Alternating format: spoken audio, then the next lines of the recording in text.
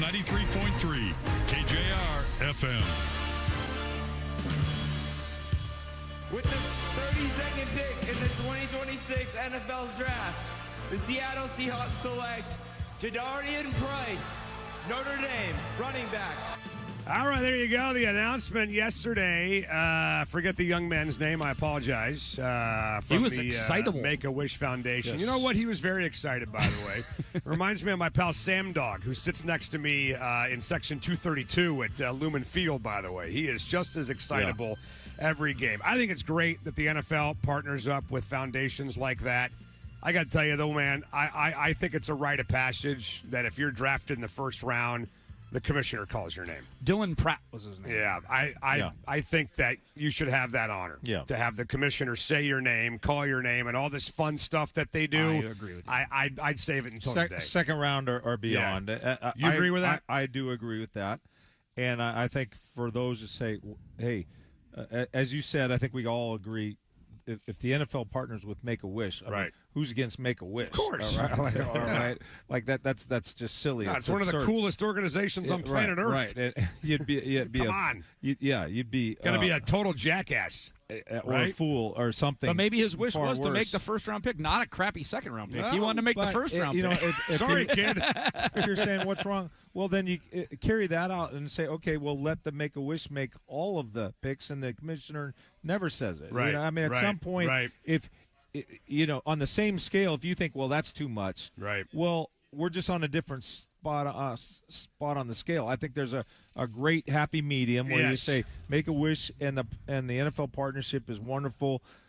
Rounds 2 and beyond. That's where I would. Yeah, let the commissioner finish. You know, it also kind of reminds me. Remember the COVID draft when Goodell was doing the draft from like his man cave? Yeah. And he's sitting in that big chair, big lounge chair, and by like round 5, he was like down sleeping. like this, falling asleep on the floor. That was freaking hilarious. Oh, God, the ratings for that were unbelievable. There's Because nothing all else to to do do. were just sitting Everybody's around in home. our house. Everybody's Can you home. imagine if they had this new big data rating system that they have now? Oh, my God. Back then, dude, the numbers would have been stupid, and they were stupid already. So the question about Jadarian Price, running back Notre Dame, again, Mike Denbrock, you guys know Mike, former UW coach. He was on Willingham's staff. He tries to forget that part, by the way. He was on Notre Dame staff this year. He's been at LSU. He's been all over the place. He's actually carved out a pretty amazing career for himself as a coordinator. He'll join us on Monday's show and talk about Jadarian. But I also noticed that the guy averages about 36 yards a kickoff return. Well, you got Rashid Shaheed. Well, Rashid Shaheed also returns punts. So if Torrey Horton is your number one backup on punts now, did this kid just become your number one backup on kickoffs? Yeah, there's 3 guys to talk about. In the case of Torrey Horton never returned one kickoff. That's right. His entire college career, he never returned a kickoff for the Seahawks. He's exclusively punts. Right. Meanwhile, now we obviously don't have anything from Price as a Seahawk, but in college last year he had 12 kickoff returns and no punt returns. Yep. So, which leads to Rashid Shaheed. Shaheed is obviously has the versatility. He had 3 touchdowns last year. He had 2 of them off kickoff returns and 1 of them off a punt return. He's at or near the best in the world at both. Mm-hmm. He's an elite kick and punt returner. That's right. Right. He's dangerous. He takes the breath away of every special teams coordinator that has to confront him. So and that's one of the reasons why he's getting $17 million. Mm-hmm. Right. Mm-hmm. So you hit it, Dave. You've got all right. Well, if you need to use Price, he's a running back number 2. Horton, I would say this: there's a hell of a lot of really smart football people now and in years past. They would say, I'm not taking my RB1 and then putting him on any damn kickoff return, especially, some of the violence. Jedd Fisch did. He sure did. Jonah's always back there. Well, Roma Dunze returned punts at UW. Well, that's right. Jedd, Rome so obviously. did John Ross. He turned kicks. But in the NFL. Yeah, I get it. How many RB1s are returning kickoffs? I think 0. Right? Yeah. And then, depending on how, right now, Torrey Horton, you can't say he's WR1. Right. But if he ever becomes, WR, a high number 2, let's say he's second to JSN, but really close, 70% at JSN, you probably don't want him doing punt returns either. Dante Pettis, another guy, but like you said, college versus NFL.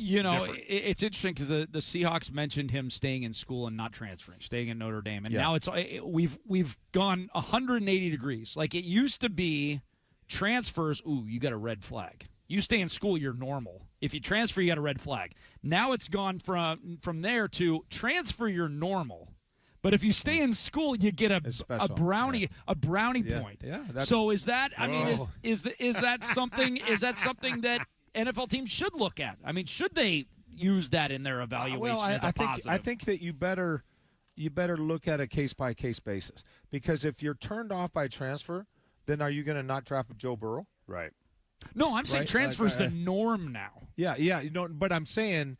You know what I'm saying? So, no, I understand exactly your point. Okay. So my question should be rephrased. Then, should we deny Joe Burrow a cookie? Right?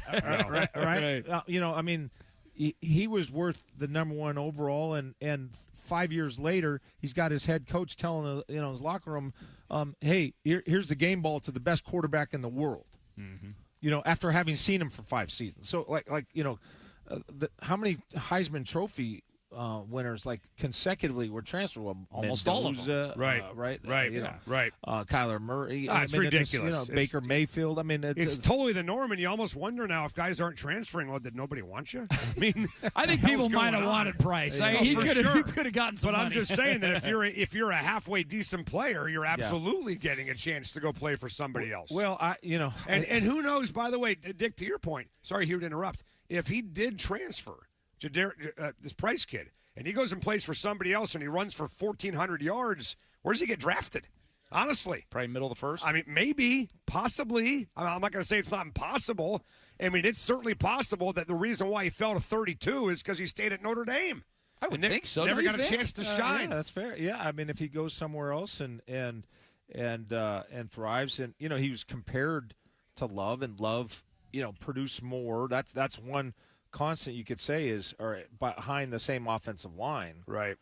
Price wasn't as good as Love, but that doesn't mean that Price can't be a great pro, right? Well, you also didn't, trade Seattle if they wanted Jeremiah Love, could have traded up to number 1 or 2 or 3 to get Jeremiah Love, right?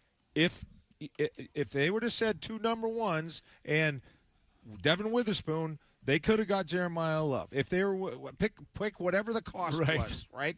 So, they weren't willing to pay the cost, right? And as were most teams weren't willing to pay the price. You actually, along with Ian, talked to him about an hour ago, right? Jadarian Price. What do you say we come back here, a little bit of that, get your thoughts on your impressions of him as a person? Okay. Next on 93.3 KJR FM.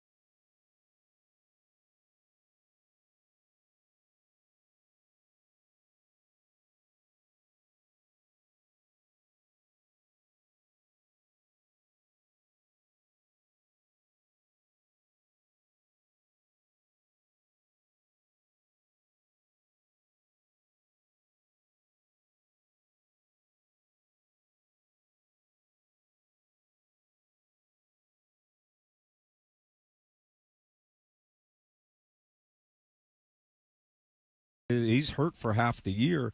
You go from running back number 2 in college to running back number 1 for the Super Bowl champions. Is that a thought that's kind of hit you?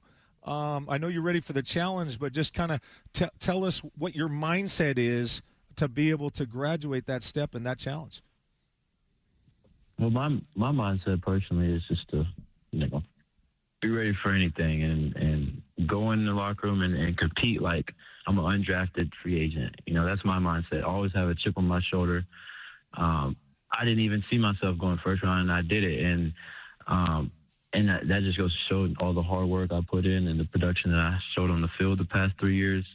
And it's only going to get even better. I can feel myself getting even better. I'm healthy. I understand my body more now, and my habits are getting better. So I'm prepared to be, back if I need to, and return specialist if I need to. But I just want to be out there on the field and play football again. Yeah, that's great. Well, we're going to continuing your role as an analyst. Okay, I want you to analyze yourself, Jadarian. And so the question would be this: you got to answer. It's in 2 parts. You got to say, and now we're going to give you permission to go third person. Say Jadarian Price is a first rounder because his best skill is blank, and then comma. But Jadarian Price needs to work in his game on this aspect. So you get 2 shots at that. I know you're Notre Dame and educated and smart, so you can handle a 2-parter. But go ahead and be an analyst and fill in those questions. Yeah. Jadarian Price is a first-round running back because of his ability to make plays on the field, and whether it's offense or special teams. And he's a home run hitter. He's got home run speed. He knows how to get to the second level and make guys miss. Almost every time he gets the ball, he makes someone miss. And his teammate Jeremiah Love is a phenomenal player, but Price being able to do what he did on that level with that caliber of a player is it's special. And Jadarian Price is going to do special things in the NFL when he gets his opportunity. All right, what do you need to work on? That's half. You're halfway home. That was great, man. You just popped that stretch up the sideline for like 40 yards. That was awesome. But now you got to cut back into the middle of the field. So what's the Jadarian Price has to work on? Go ahead and finish it out. Yeah, one thing that he needs to work on is just continue to be consistent in the pass game. Pass protection, protecting the quarterback, that's a huge thing, and he's showed great skill in doing that. He has plenty of film out there where he showed good fight and good technique, and he does it pretty well. But just consistently being able to protect the quarterback and being a reliable source out of the backfield. You let him down this road, Hugh, but I hope he continues it when he shows up here, and that's him talking in the third person. I said I started off because Ian had asked him to be an analyst about who's the fifth round defensive tackle for us. He had a sack in the Super Bowl. Come on, Riley Mills. Riley Mills, right? And so I said, all right, continuing that. Now you get to analyze yourself, and you get permission to use the third person. Right. So right. For those who are just catching up, he talks about himself in the third person. Yeah. No, we invited him to I'd love to see it. Jadarian. We invited him to do so. Jadarian, what was day one like at rookie minicamp? Jadarian's happy to be here. Jadarian really likes it in Seattle. Yeah. He's having a great time. And then we go to the Super Bowl. That's right. Well, Jadarian's just here so he don't get fined. That's right. You asked about what he needs to work on. He said the pass game, right? Would that be where you would go first with him? Yeah, I mean, in terms of what you can work on, there's some things you can't work. Well, I'd say he needs to work on getting heavier, in my opinion. He was 203. He says he wants to play at 210. Right. I would like to see a 210 to 212. Right. In terms of his body mass index comparisons. You had Kenneth Walker was 5'9" and 211. Right. So Walker was the 20th percentile in height, 44th percentile in weight, but he was stocky. Okay. Now you add 2 inches to canine, but then lean him out, drop him down by almost 10 pounds. Obviously, that's just a taller, thinner frame. Mm-hmm. And there's some concerns about him taking hits. Mike McDonald said last night that 203 is a little light. So I think I don't think it's a big issue, but it's an issue. So that's a factor. Whatever running shortcomings he has, that's hard to work on things that you can reasonably work on. Yeah. Then I would say the protection. Well, we are about 5 minutes away from the top of the hour. What do you say we get a break? We'll come back and get round 2 underway with the New York Jets on the clock after they made three first-round draft picks yesterday in the NFL draft. So we have a long way to go. Seahawks again sitting here at number 64, the last pick, obviously, of the second round. We'll see if they sit there. And my correction, it's not the Jets after the trade. It's the Niners now on the clock at 33, followed by the Cardinals, Buffalo, Raiders, Giants. Round 2 next on 93.3 KJR FM.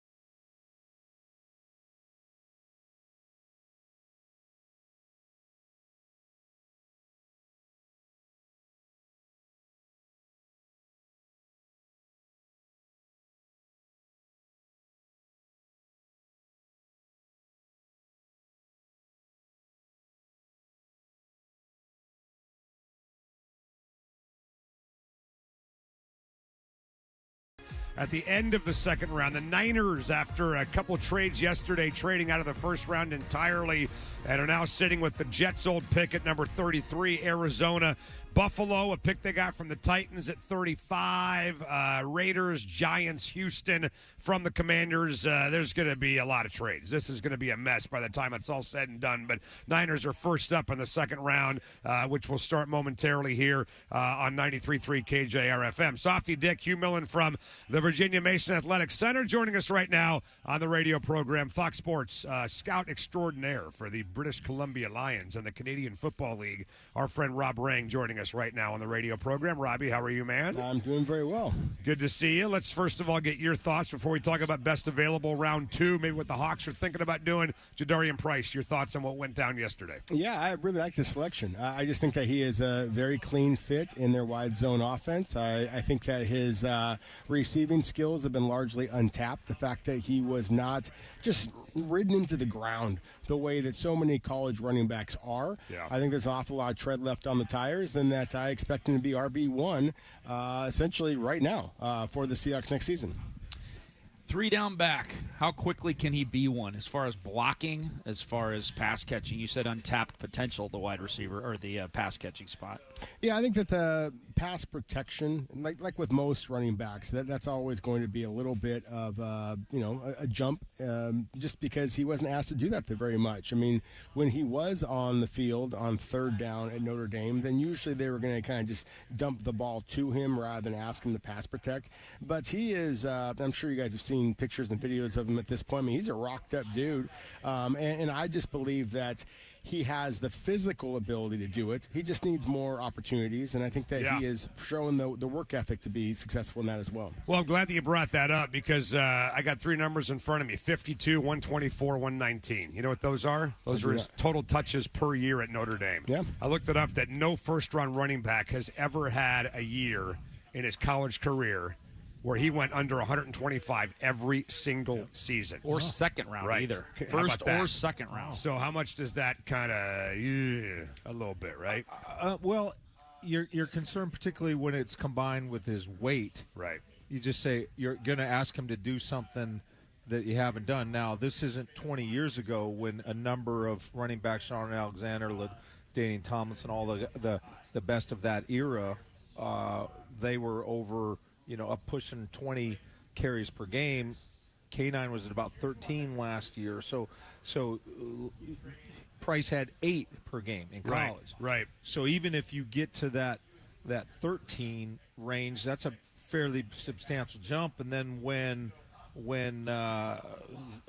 Charbonnet got hurt, then his load, Walker's load went up even higher. So if you're probably asking him to be able to at least double his workload. Yeah, for sure. Doesn't mean he can't do it. He just hasn't done it in 3 years. Yeah, the flip side of the he has plenty of tread is that he hasn't shown that he can stay healthy and take on a workload like that week after week. Sure. How about you as the scout in you? Would that concern you at all? The scout in me is not concerned because what I've seen on tape suggests that he should be able to do this and excel. I mean, his explosive run rate is among the best in this draft class. And then, frankly, I think that we're forgetting about Emmanuel Wilson, the player that was brought in from the Green Bay Packers. I just think that his size, I think that he can kind of play that Zach Charbonnet role as far as being the bigger back. Jacardia Wright as well. And then, of course, George Halani. So I think that, to me, this is not a case of where I think the Seahawks are going to be asking Jadarian Price to be, the true bell cow and have those 20 carries a game. I think he is going to be more than that 12 to 13 touches per game kind of a thing. I think in that case, he is going to excel, especially offering a little bit of more big play potential than any back that the Seahawks currently had in the roster other than Price. I mean, it seems like a supply and demand move, because the supply of running backs was so low. But on your overall board, how did you compare Price with the best corners that are left and the best edges that are left? That's a really good point, because I do think that the running back there was not a lot of other quality running backs. Like, for example, I have 7 cornerbacks that I have in my next 32 players ranked. I have 0 running backs. I have 7 edge rushers among my next 32. And so I really think that it sets up well for the Seahawks, because I believe that their biggest areas of concern were running back, edge rusher, and cornerback. And they just, to your point about the supply and demand, there just was not much or many running backs available. Right. And therefore, take the one, because the greater depth of the other 2 positions, you can come back in the second and third round to get those. You referenced the explosive run rate of Price, who's less than Jeremiah Love, no shame. Yeah. Right? I mean, Jeremiah Love is a clear Cadillac of the class. But if we're getting into advanced metrics, that can be offset by a what's called the rushing yards over expected. Mm-hmm. He was 0.8 yards over expected, which by top, first round, second round stat, that's a very low percentage. So one could make the argument, I'm not saying I'm making it, but one could make the argument, if you cite explosive run rate, that's really a reflection on the Notre Dame offensive line. And then when you contrast that to his expected yards yards rush over expected, that's actually a sabermetrics. And he ferrets out very low in that category, meaning the explosiveness he had was due to the fact that the Notre Dame offensive line, which was very capable, and they had a relatively weak schedule, that maybe some of those numbers are tweaked because of the really dominant Notre Dame offensive line. Yeah, I think that's a fair criticism. Honestly, when this entire process began, and I started kind of reading reports, and people I trusted said, the second best running back in the country is also the second best running back at Notre Dame, and I kind of scoffed at that. I was like, yeah, right. There's got to be other running backs out there. It's Notre Dame's offensive line has consistently been very, very good, and so I used to call that the parasite effect. The guys would feed off of each other, kind of an idea. And then I started watching the tape, and the more I dug into it, the more I gained an appreciation for Price's instincts. And I used the comparison before to Terrell Davis. And again, it's difficult to say that just because I had such great respect for TD, but at the same time, I just see a different level of instincts with this guy. The way that he sets guys up and then cuts back against the grain, I just think it's a really nice fit for the offensive system that the Seahawks have. And the fact that, again, he's not going to be asked to carry the load. I mean, there's just so much talent on this offense that the running back, to me, is basically a byproduct of the success of the passing game as well. Yeah. And knowing the way that Brian Fleury utilized his running backs at San Francisco, I mean, the Seahawks got 0 touchdowns from their running backs as receivers a year ago. Christian McCaffrey, who is obviously a different level player, but Christian McCaffrey led all of the NFL in running back touchdowns as a receiver a year ago. I just think that they're going to use the running back a lot more often, and I think that Price has the skill set to splash. Well, Rob Rank, Fox Sports with us here. Niners on the clock in round number 2. We're a few minutes away from the second round getting underway. I'm just looking at some best available. Just even thinking about San Francisco, who were dead last in the NFL in sacks last year. That's crazy, by the way. Think about that team being that porous. Only 20, opposing passer rating over 100. They only picked off 6 passes the entire year. How the hell did they make the playoffs, for God's sakes, with all those terrible numbers on defense? But there's some big names out there that could help those guys. If they want to take a flyer on Jermod McCoy, cornerback from Tennessee, who missed the entire year with an ACL injury, that could be a steal. Zion Young, maybe the best edge rusher left on the board. But who kind of has your kind of radar up, at least early on, for best available in round 2, and then maybe looking late in the second round for the Seahawks? Well, again, I had 7 corners, 7 edge rushers. You just mentioned 2 of them. Jermod McCoy from Tennessee, his teammate Colton Hood at Tennessee, Brandon Cisse from South Carolina, D'Angelo Pons, Avion Terrell all 5 corners I just rattled off here, I expect to be within the first 15 selections of the second round here. As far as guys that might make sense for the Seahawks as 64 overall at the cornerback spot, Keith Abney, the second from Arizona State. He's a little bit stubby, but he is kind of scrappy-do with the physicality, the instincts, the ball skills. Malik Muhammad from Texas is another player that's kind of a little bit like Takario Davis from UW. Yeah. He's tall and very slim, but very long. And, again, just think about all the receiver talent that they had at Texas and the success of the level of competition that Texas has gone up against. And as far as edge rushers, to your point, 20 sacks a year ago for the 49ers. Crazy. I mean, my goodness. Now, obviously, Nick Bosa being injured, Fred Warner being injured, but at the same time, Cassius Howell, T.J. Parker, you mentioned Zion Young.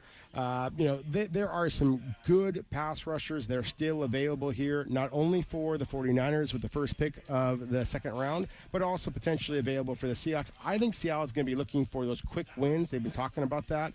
Some of the smaller edge rushers, but also have that twitch to them.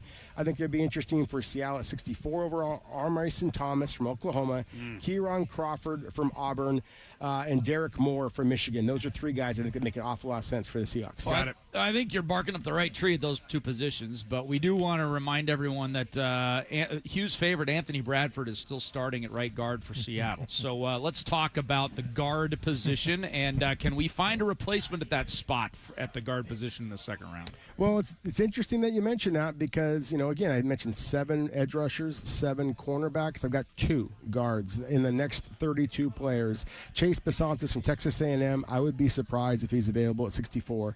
Possibly with Emmanuel Pregnon from Oregon. And, guys, I was fortunate enough to go to the Oregon Pro Day, and I have never seen a guard that looks like this guy. I mean, he just looks like He-Man out there. I mean, he's just got arms. He's 330 pounds, and there's not much fat on this guy. I mean, he is just as physically put together as you want. He's got power. He's got enough quickness to be effective in the wide zone. The nice thing about Pregnon is that virtually all of his snaps have come at the right guard spot, so he would be able to come in and and also be kind of a plug-and-play kind of a candidate. There's going to be a bunch of guys here taken, at least early on in the second round, Hugh, that I know that you've scouted as potential first-rounders. Denzel Boston fell out of the first round. Avion Terrell, Clemson corner. Jermod McCoy is interesting. In our mock draft, he went to the Cowboys at number 20, but he's still there. And I just wonder, for a kid like McCoy, if he did not tear his ACL in January of 2025, is this maybe a mid-first-round pick kind of dude? And if he's healthy, is somebody about to get maybe a huge steal with this guy? I think he's arguably a little bit higher than mid. Wow. I think he might have been in the 8 to 12 range. Wow. He's a guy. He missed the entire season, as you said, ACL, but and he had some penalties. I think he had five either pass interference or holding calls. But the explosiveness of his athleticism, just the how his change of direction. When he goes to accelerate and turn, there's a fluidity and an explosion in him that he arguably was a more talented corner. If he's healthy, I think it's more likely that he would have gone off before Mansour Delane, and Delane went at number 6. I think the league would have scouted him higher than that. So in this particular year, with Kansas City have that incredible need at corner, I think he'd have gone 6.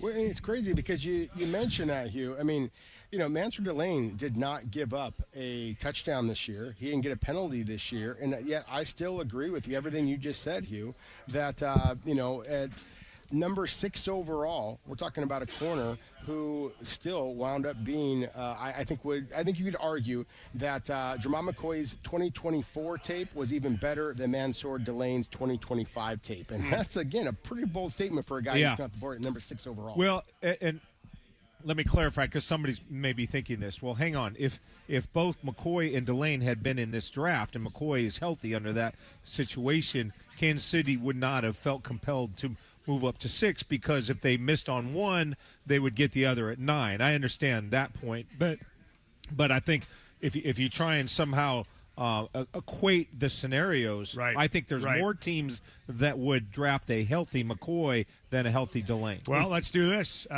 This is we're lucky because we're going to get you to respond to this pick live, and then we'll cut you loose. I know you got some stuff to do for Fox. The Niners, Andy Lee, three-time All-Pro, former Niner, is making the selection now for San Francisco to kick off round number 2. What's up, Pittsburgh? I just want to say it's awesome to be back in my college hometown. It was an honor to play here for 4 years, and I just want to thank the 49ers for this opportunity. I want to give a shout out to the 49er faithful, the best fans in the NFL. With the 33rd pick in the 2026 NFL Draft, the San Francisco 49ers select Deshaun Stribling, wide receiver, Ole Miss. Well, they're going to get, obviously, him, and they're going to get Pearsall, and they went out over the offseason and got Mike Evans, right? So they are adding to that arsenal down there in San Francisco. What do you know about Stribling? He's now a member of the Niners, and we'll see him twice a year in the NFC West. Yeah, and so it's going to be that much more critical that the Seahawks get some help at the cornerback position because, as you just mentioned, the 49ers now have some real wide receiver talent. Stribling is a really interesting player. He began his college career actually at Washington State, was successful there, led them in touchdown receptions as a freshman, jumps to Oklahoma State, and then finished up here at Ole Miss. He's 6'2", he's 210 pounds, and he ran a 4.3. He is, he's actually, it's kind of a fun story with him as far as off-field stuff. He grew up in Hawaii. He is the son of a Marine. He is a yes sir, no ma'am kind of a guy. He is the exact opposite of what Brandon Ayuk is. And so this is, I think, not only the player makes sense in Kyle Shanahan's offense as a big play threat. He is also an excellent run blocker, one of the best run blocking wide receivers in this class, but he's also a good human being. And I think that it's just kind of the 49ers are looking to make sure they have good people, not just good players. Pearsall, Mike Evans, and now this guy. How about that? Yeah, well, they're upgrading. They needed to get some big playability from the receiver spot. I mean, they were I talked to Mac Jones at the Super Bowl, who's the backup quarterback for the 49ers, and and we'd met before, and I said, hey, what'd you think of the Seahawks defense? And the first thing out of his mouth, you just can't get any big plays out of them. They're just so good at denying the big play, so they're trying to get guys who can get the big play. Now, coming out of Ole Miss, I didn't scout this guy, but I remember just kind of in watching the games that, there's so much RPO, like lateral stuff. They're not as much vertical as there had been with Jackson Dart.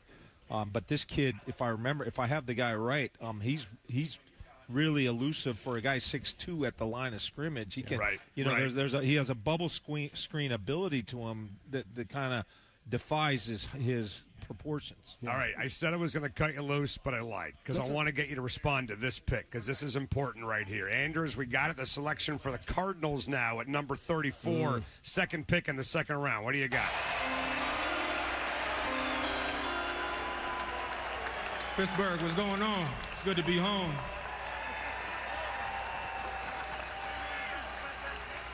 With the 34th pick in the 2026 NFL Draft, the Arizona Cardinals select Chase Bisontis, guard, Texas A&M. All right, so they go and get Jeremiah Love, and now they give him a new blocker in Bisontis. I was kind of secretly hoping this guy would somehow, some way end up playing for the Seahawks, but how about that? Chase Bisontis, who I think was a first-rounder in our mock, if I'm not mistaken, on Wednesday. We just went to the Cardinals. Yeah, just a really good player. I mean, he is a guy that, came to Texas A&M from New Jersey, and so he was a five-star recruit. He was everybody's kind of, parade All-American prep player. Comes into Texas A&M, and of course they have had, so many defensive linemen, offensive linemen that have gone in the first round over the last couple of years. So it's just like the practice against very good players, I think, is kind of, iron sharpens iron kind of a thing. He's athletic. He is physical. He's just one of those guys that, interior offensive linemen are often stereotyped as like one of the safe picks. This is a safe pick. Right. So I think it's a good move for the Cardinals. They needed some good moves because their GM, Monty Austinford, it's one of the things I'm writing for Fox Sports right now. They've had Austin Ford has had 4 first-round selections over the last couple of years. And if I mention those players by name, then you would basically say that they needed a hit. And I think that's one of the reasons why they went there with Jeremiah Love in the first selection. They had Paris Johnson, Marvin Harrison Jr., Darius Robinson, Walter Nolan. Harrison showed a little bit of flashes last year, obviously against the Seahawks. But otherwise, none of those guys have hit to the expectations of where they were drafted. They needed some guys that are going to be able to come in and play immediately for Mike LaFleur, new head coach. And so I think that Basantis is that relatively, maybe not be a home run, but it's a strong single up the middle for a team that needed him. Rob, Boston was mocked way higher than Stribling. Yeah. I mean, like 30 spots higher. Yeah. Why do you think Stribling went before Denzel, and was that the right move?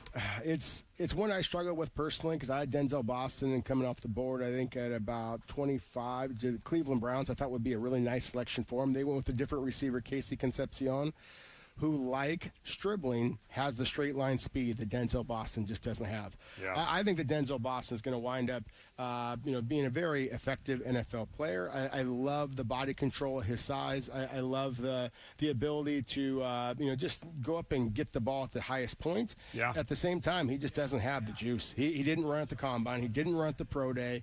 I watched him just kind of peel off his track pants and run in kind of compression shorts and do a really nice 3-cone drill and do some drills at the pro day. So just showed that he's got very nice lateral agility for a tall guy. I mean, you can see some of the basketball kind of stuff with him. But again, the NFL, it's all about that straight line speed, and he does not have that. Yeah. Well, I think also the wiggle, like Casey Concepcion. Yeah. There was a time that a guy like Denzel Boston, you say, okay, here's a true X receiver. Yep. Red zone vertical threat, far different contrast than Casey Concepcion, Two different who's guys. just this, microwave type of energy when you get him the ball, near the line of scrimmage, and he can just go. It's just kind of a yak kind of league now in many ways because of the RPO infiltration. All right. Have you been actually writing your article for Fox while you're talking to us here? Well, not while I'm talking with you guys, but yeah, I'm working on it. It's pretty impressive. Well, why don't you go finish that? We'll check in throughout the evening. All right, man? Sounds good. Rob Rang with us from Fox Sports. The latest pick, by the way, in the second round, just to update you guys, TJ Parker, edge from Clemson, just went to Buffalo with the 3rd pick overall in the second round. The Raiders have now made a trade with the Texans, and the Texans are now on the clock at number 36. We're going to break. We'll come back and recap everything, continue round number 2. Seahawks up at number 64. So we're about 30 picks away. Actually, sorry, about 28 picks away from the Seahawks being on the clock right here on 93.3 KJR FM.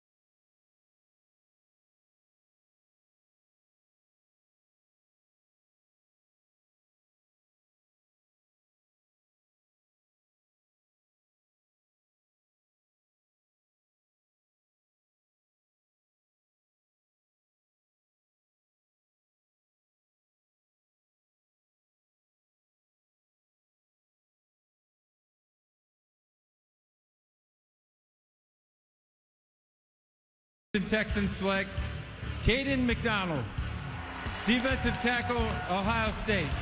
All right, that is the last pick that we've had so far in the second round. 36th overall. Texans made a trade with the Raiders and moved up and took Caden McDonald, Ohio State defensive tackle.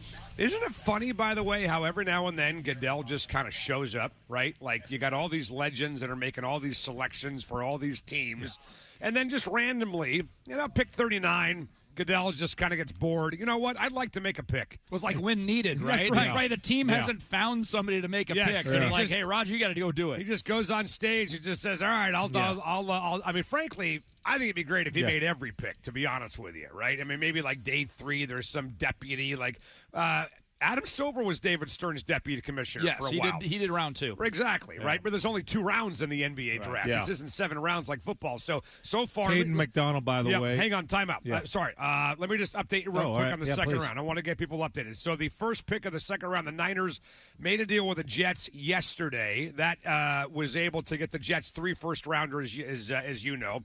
Niners took Dazon Stribling, a wide receiver from Ole Miss. They'll pair him up with Ricky Pearsall and Mike Evans. Chase Bazantes, the guard, went to the Cardinals. T.J. Parker, edge Clemson to Buffalo. And now Caden McDonald, defensive tackle, Ohio State, to the Texans at 36. Yeah, and he's the best run stopper in the group. When you think of that kind of 2 down, take him off the field. But first and second down, 2 gap. He's not quick enough to get into a gap, but really holds his ground. And he was an Outland Trophy finalist, unanimous All-American. But his pass rush win rate, just 4%, speaks to he's on the field for one purpose, just to hold his ground, not get pushed back in the run game. Right. Well, I tell you what, man, that Texan defense is not to be trifled with, man. I mean, they are building something, dude. There were people calling it the best defense in the NFL as late as December. Yes. Dick, they finished behind the Seahawks. I think they were 0.2 of a point behind them for the NFL scoring championship. I mean, that's how good they are. 7th in sacks, 4th in rushing, number 1 in total defense, 3rd best passer rating allowed. Their defense is stacked, and now they've added this guy. I think the most impressive I'm sitting there saying, okay, what game actually was the most impressive game by Seattle's defense?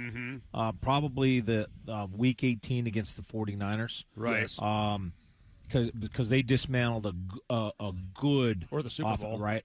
Yeah. Or the Super Bowl. Are you going to flip that until around? the fourth quarter? I mean, if you certainly through 3 quarters. What I was going to say is when Buffalo went down to Houston on that Monday night and sacked Josh Allen 8 times, and they made him look like a JV team, and that was one of, if we're having a discussion about the 5 best defensive performances of any team, the Seahawks have a couple of them. Right.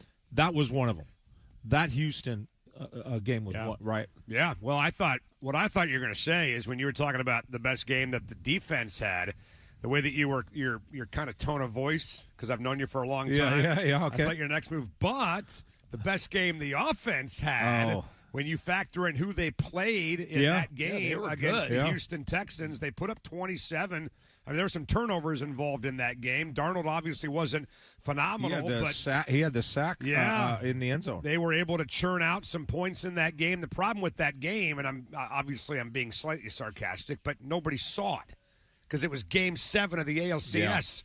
With the Mariners in Toronto. So getting that win, I mean, that win looks a lot better now than it did on that night. If you made a 5-play highlight tape of Sam Darnold's season, right, that touchdown pass he had going to the south end zone, right, red zone with a dude in his face, smoke, and he hits it, anticipation, the post in the back. I don't even remember who he threw it to.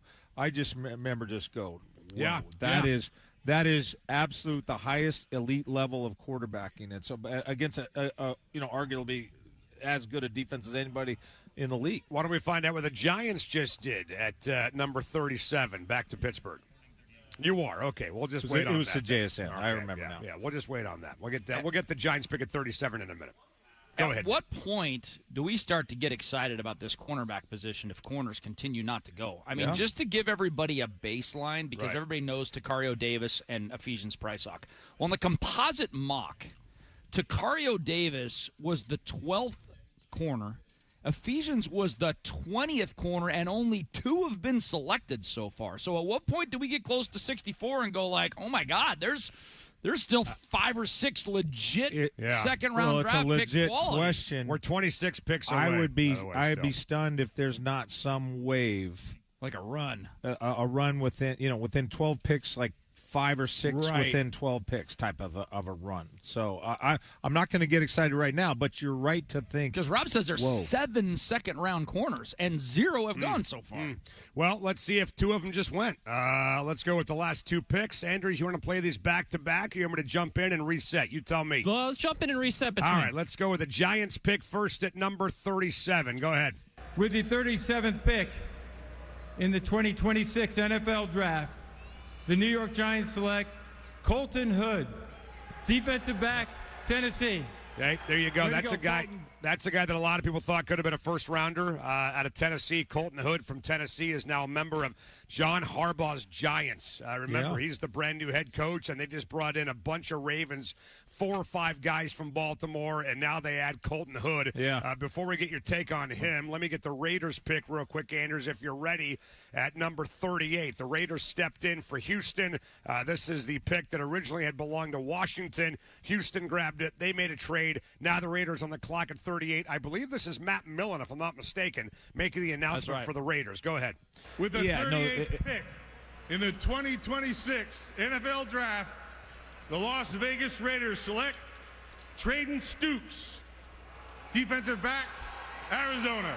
All right, so Colton Hood at 37. I know you're excited. I thought you said go ahead. I'm the commissioner now, I guess. I'm talking to Andrews back in the studio. All right. Colton Hood, 37 to the Giants, Traden Stukes, Arizona safety to the Raiders at 38. Yeah. Well, Hood was a guy that had a visit with Seattle. He had a 30 visit with the Seahawks, and here's a guy did not start playing offense. Played offense until his junior year in high school, so a little bit of a late developer. 94% of his snaps were to the outside. Violent guy at the line of scrimmage, but sometimes misses at the line of scrimmage, and you're kind of betting on his traits and what he will become, as opposed to what you see on the tape. So I think there's some room for growth there. So a couple of DBs, but then the edge position, only one has gone since Rob Rang told us there were 7 guys that he'd taken in the second round. So there's two positions now, 12 players that at least Rob says are legit second-round picks that the Seahawks should seriously consider at 64. Here's a thought about the end. Right. And understand how Mike McDonald sees. Is this going to be a long analysis? Because I might have a cookie while you're talking, by the way. What's a cookie? There's a big box of Girl Scout shortbread cookies over here that the Seahawks PR staff dropped off. I can't just look at them, man. I mean, what do you want from me? I would say go ahead. Slug a whole sleeve. Go ahead. Okay. So,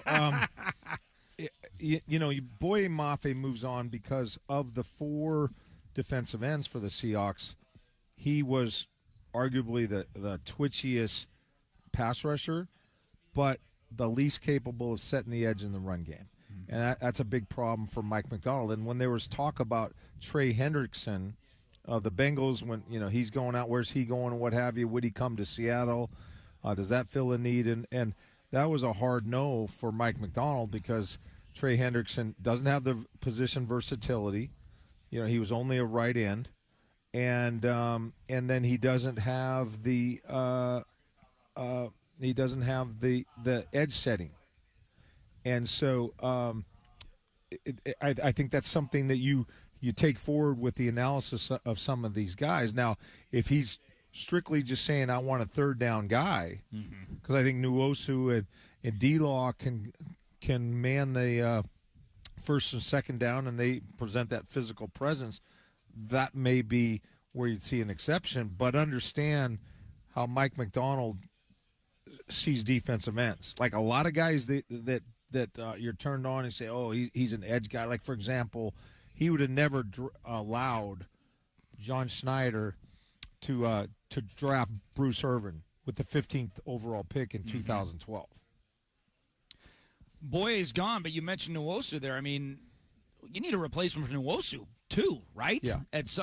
Very quickly. I mean, we probably got more out of him than we thought we were this year based upon his injury history. and he's got a lot of injuries, getting older, and so they have to infuse that defensive end position with some youth. Well, I was going to ask Derek you. Hall is he's a dude now. He's a Mike McDonald style, but no doubt. He's the only young guy in that style. Shame on me for even thinking this, by the way. We're going to get the Browns pick here in just a second. But, I was going to say, how surprised would you be if it was a cornerback or not a cornerback, an edge rusher, or an offensive lineman? But that's just not how these guys usually operate, right? There is a need for corner. There is a need for edge. I don't know, honestly, where they sit privately on Anthony Bradford. I know where you sit on Anthony Bradford. I mean, publicly, they've obviously been, very positive about him, but that's how they are about everybody, for God's sake. They've been positive about guys, in the days. Looks like Denzel. Well, okay, that's fine. Right. I was going to play it on the air, but whatever. Okay. That's okay. No big deal. Yeah. Softy loves these. Like, he loves to play these picks on the air. Yeah, I mean, guys, we're doing live radio. I have it ready. I'm a radio rookie, Let's find out. I don't know. Anders, are you ready with that back there? Yes, sir. All right, let's find out what the Browns do at number 39. Go ahead. With the 39th pick in the 2026 We're gonna NFL play as many as Draft, possible. the Cleveland Browns select Denzel Boston, wide receiver, Washington. Here we go, Browns. So there you are. How about that? All right, there you go. And the Browns just took Denzel. Maybe there's another guy named Denzel. Maybe Denzino or whatever. Poor but how about Denzel that? Boston. Denzel Boston Jeez, just where wide receivers go to die. Well, and who's the quarterback? Is it Shador? Is it Gabriel? Is it going to be Deshaun Watson when he gets healthy? I mean, how about that? Denzel Boston, Emerald Ridge, UW, goes to the Browns. Well, he just got drafted in the second round. I mean, that is a cool experience. So when we kind of make light of it a little bit, it's only in relation to, what a guy's dreams could have been. Right. I mean, I can remember going to bed before the night before I got drafted, and I was like, I'm going to be thrilled wherever I go, but please not Buffalo. That's what you said? Well, Okay. in my mind, I don't know if I was trying to make deals with God, but it was at least a little bit of a concern. And Denzel Boston might have said, "I hope I go first round to I don't know the you know what I bet he wanted. I bet he wanted to go first round. I'm gonna put it right now. First round, pick 22 to the L.A. Chargers. I bet when he went to bed, that makes sense. That's a reasonable blue How sky. about Philadelphia with A.J. Brown on the way out? Because he would have been with a Justin Herbert. He would have had Ladd McConkey on the inside. He would have been the dude on the outside. Like, that would have checked every box for him. Yeah. I bet my last dollar on that. And it was right in the window at 22 that he was projected, so he's not getting greedy. God, I'm not getting greedy. I didn't ask for 12. The Cowboys had 12. 22 to the Chargers. Right. He did not go to bed on Wednesday night wanting to be a Brown. A second-round draft pick to the Cleveland Browns. Who wants to go to Cleveland? Period. Unless you're from if you're Cleveland. from there, right? Yeah, like in the movie Draft Day. Well, Burrow wanted to go to the Bengals because he's from there. But that's not the Browns. Nobody wants that's to go the to Bengals. I know. It's the worst case scenario, is it not, for a wide receiver? Like right now, and not only going to Cleveland, but going to that football team. Let's acknowledge the voices are saying, "Shut the F up." Okay, I here's got the deal. real problems, and if you no think doubt. that No he's doubt. got a problem, shame on you. Well, And but, I okay. get that, Guys, here's the deal, though. Here's the I'm good just news. comparing the other 31 options. Hang on a second. Here's the good news for Denzel. Their best pass catcher last year was Harold Fannin, who's their tight end. Tight end, yeah. Did not have one receiver of any kind go over 750 yards a year He'll ago. get targets. He's going to get targets. He's going to get targets. Well, will he be successful? Who knows? You know what targets is? Okay. That's an official stat. Right. That means the quarterback threw in your general direction. That's right. He's also It going to might not have been catchable. They might throw his way 500 times next year. Well, and here's the 500 downside. And he might catch 10 with nobody else there. Here's the downside of that, too. He's going to get the number one cornerback on every team. Right. Probably. Yeah. Well, Jerry Jeudy is still there. He's been kind of a disappointment, obviously. I don't know. I mean, look, like I said, good for him. Denzel Boston, Emerald Ridge, drafted. Thought he was going to be a first-round guy. Ends up falling out of the first round, and he goes 39th to the Browns overall. The Chiefs just took Mason Thomas, by the way, the edge rusher. He went to Kansas City, so Chiefs are loading up on defense a little bit. From Oklahoma, that puts the Bengals now on the clock at 41. We're going to break. We'll find out what the Bengals are up to. We're about 20 picks or so away, 22 picks away from the Seahawks being on the clock at the end of the second round. Unless they move up, unless they trade down, our draft coverage continues next on 93.3 KJR FM.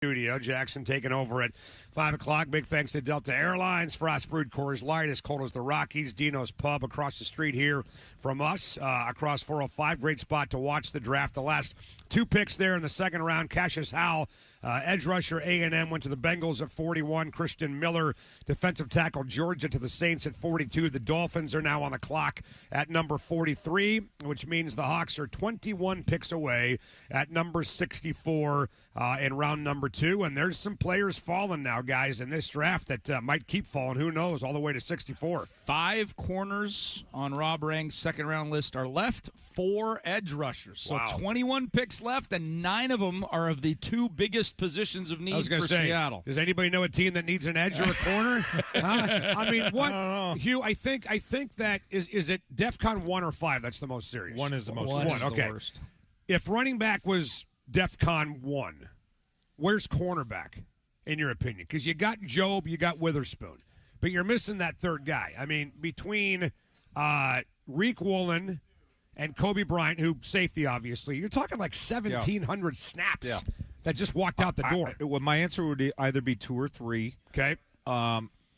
I probably lean towards 2. So can I say 2.4? Isn't the difference between 2 and 3 There's like no DEFCON 2.4 here. impending nuclear winter and nuclear winter's on the way? No, 1 is impending new. Okay, Yes. gotcha. So, yeah. I 2.5 I would be yeah. undecided between 2 and 3, and if you forced me to pick one, I would say 2. How on about the that? freak scale. A Got one. it. Okay. Right, yeah. How about edge? Sorry. Where are you on the DEFCON edge scale?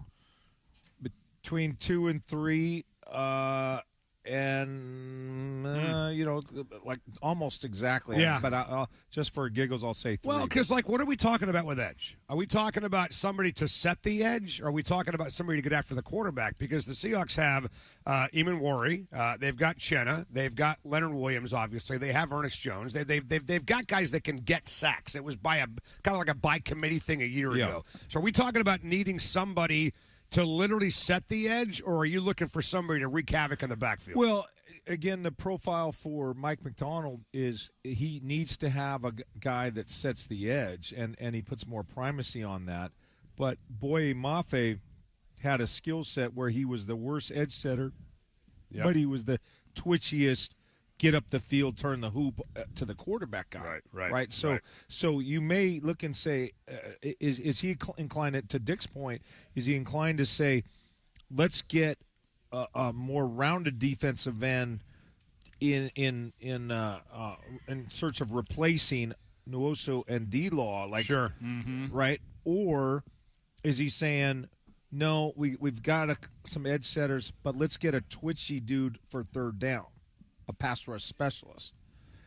Because you're always giving up something. Because if you get both, if you get an edge setter and a freak pass rusher, then they go in the top 5 in the draft. Not going, that's exactly right. Well, and I mean, the Boye Mafe thing still just blows me out of the water. What's he getting paid per year? 20 million? Unbelievable. 20 million. Were you just like, what the hell? Did you have that same reaction? I would have thought it was, closer to 12 or 14, 15, somewhere in there. Yeah, absolutely. Dumb teams do dumb things. 70% more than what we're kind of thinking he's worth. I mean, look, maybe he blows up there, right? Who knows? Maybe they use him differently and he blows up. I don't know what that looks like, but maybe they do. But Kenny Walker, before that Rams game on Thursday night, and kind of even after the Rams game on Thursday night, nobody was talking about Kenny Walker in mid-November making $14.5 million a year. Nobody. No. And then he blows up, and all of a sudden he's the biggest free agent running back. And I'm wondering, even if he hadn't blown up, let's just say he had, let's just say he was good, Kenny Walker, and we still won the Super Bowl, and he was good, he was productive, but he wasn't Super Bowl MVP. I still think the way the market went, he's probably still in that 12 to 13 range. I just don't think there was probably never a world where Ken Walker was going to go for the money that we thought he was going to go for, which was 10. Right. Yeah, I think the Super Bowl tax, I think often that's overstated because if Seattle had lost the NFC Championship game, right, you tell me Kobe Bryant's contract with the Bears would be significantly different. Mm-hmm. You tell me Reek Woolen's would be significantly different. Mm-hmm. No, but Softy's point, Ken Walker's might have been. I think Kenny Walker's would have been, that I know, Dick. That's where I was going to get to. Okay. I was going to say, I think that of the 4 guys that left the Seahawks, I think 3 of them would have been basically exactly what they had, right, at or near exactly. Right. The only one that I think there was a Super Bowl tax to was K9. Right. And to what degree, we'll never know. Right. You can't prove it, can't falsify it. If you're trying to create a hypothetical where Seattle, let's say, doesn't win it, and obviously he's not the Super Bowl MVP. Mm-hmm. Well, did we lose the NFC Championship game, and we still have all that tape of all the games up to the Super Bowl, right, not including the Super Bowl? Right. Was that truly the distinguishing game for Andy Reid and Brandon Beane? I want to play this pick here. There's a reason why I'm doing it. The Lions have moved up to 44 to take the Jets pick from Dallas. Just to get you just a quick update on where we are. Jacob Rodriguez, Texas Tech linebacker, went to the Dolphins at 43. The Lions now on the clock at 44 with the pick that used to belong to Dallas that went to the Jets, which is now in Detroit. Here's what the Lions did at 44. With the 44th pick in the 2026 NFL Draft, the Detroit Lions select Derek Moore, defensive end, Michigan. Okay, so there's a reason why I'm doing that. You know why I'm doing that? Why do you think I'm doing that?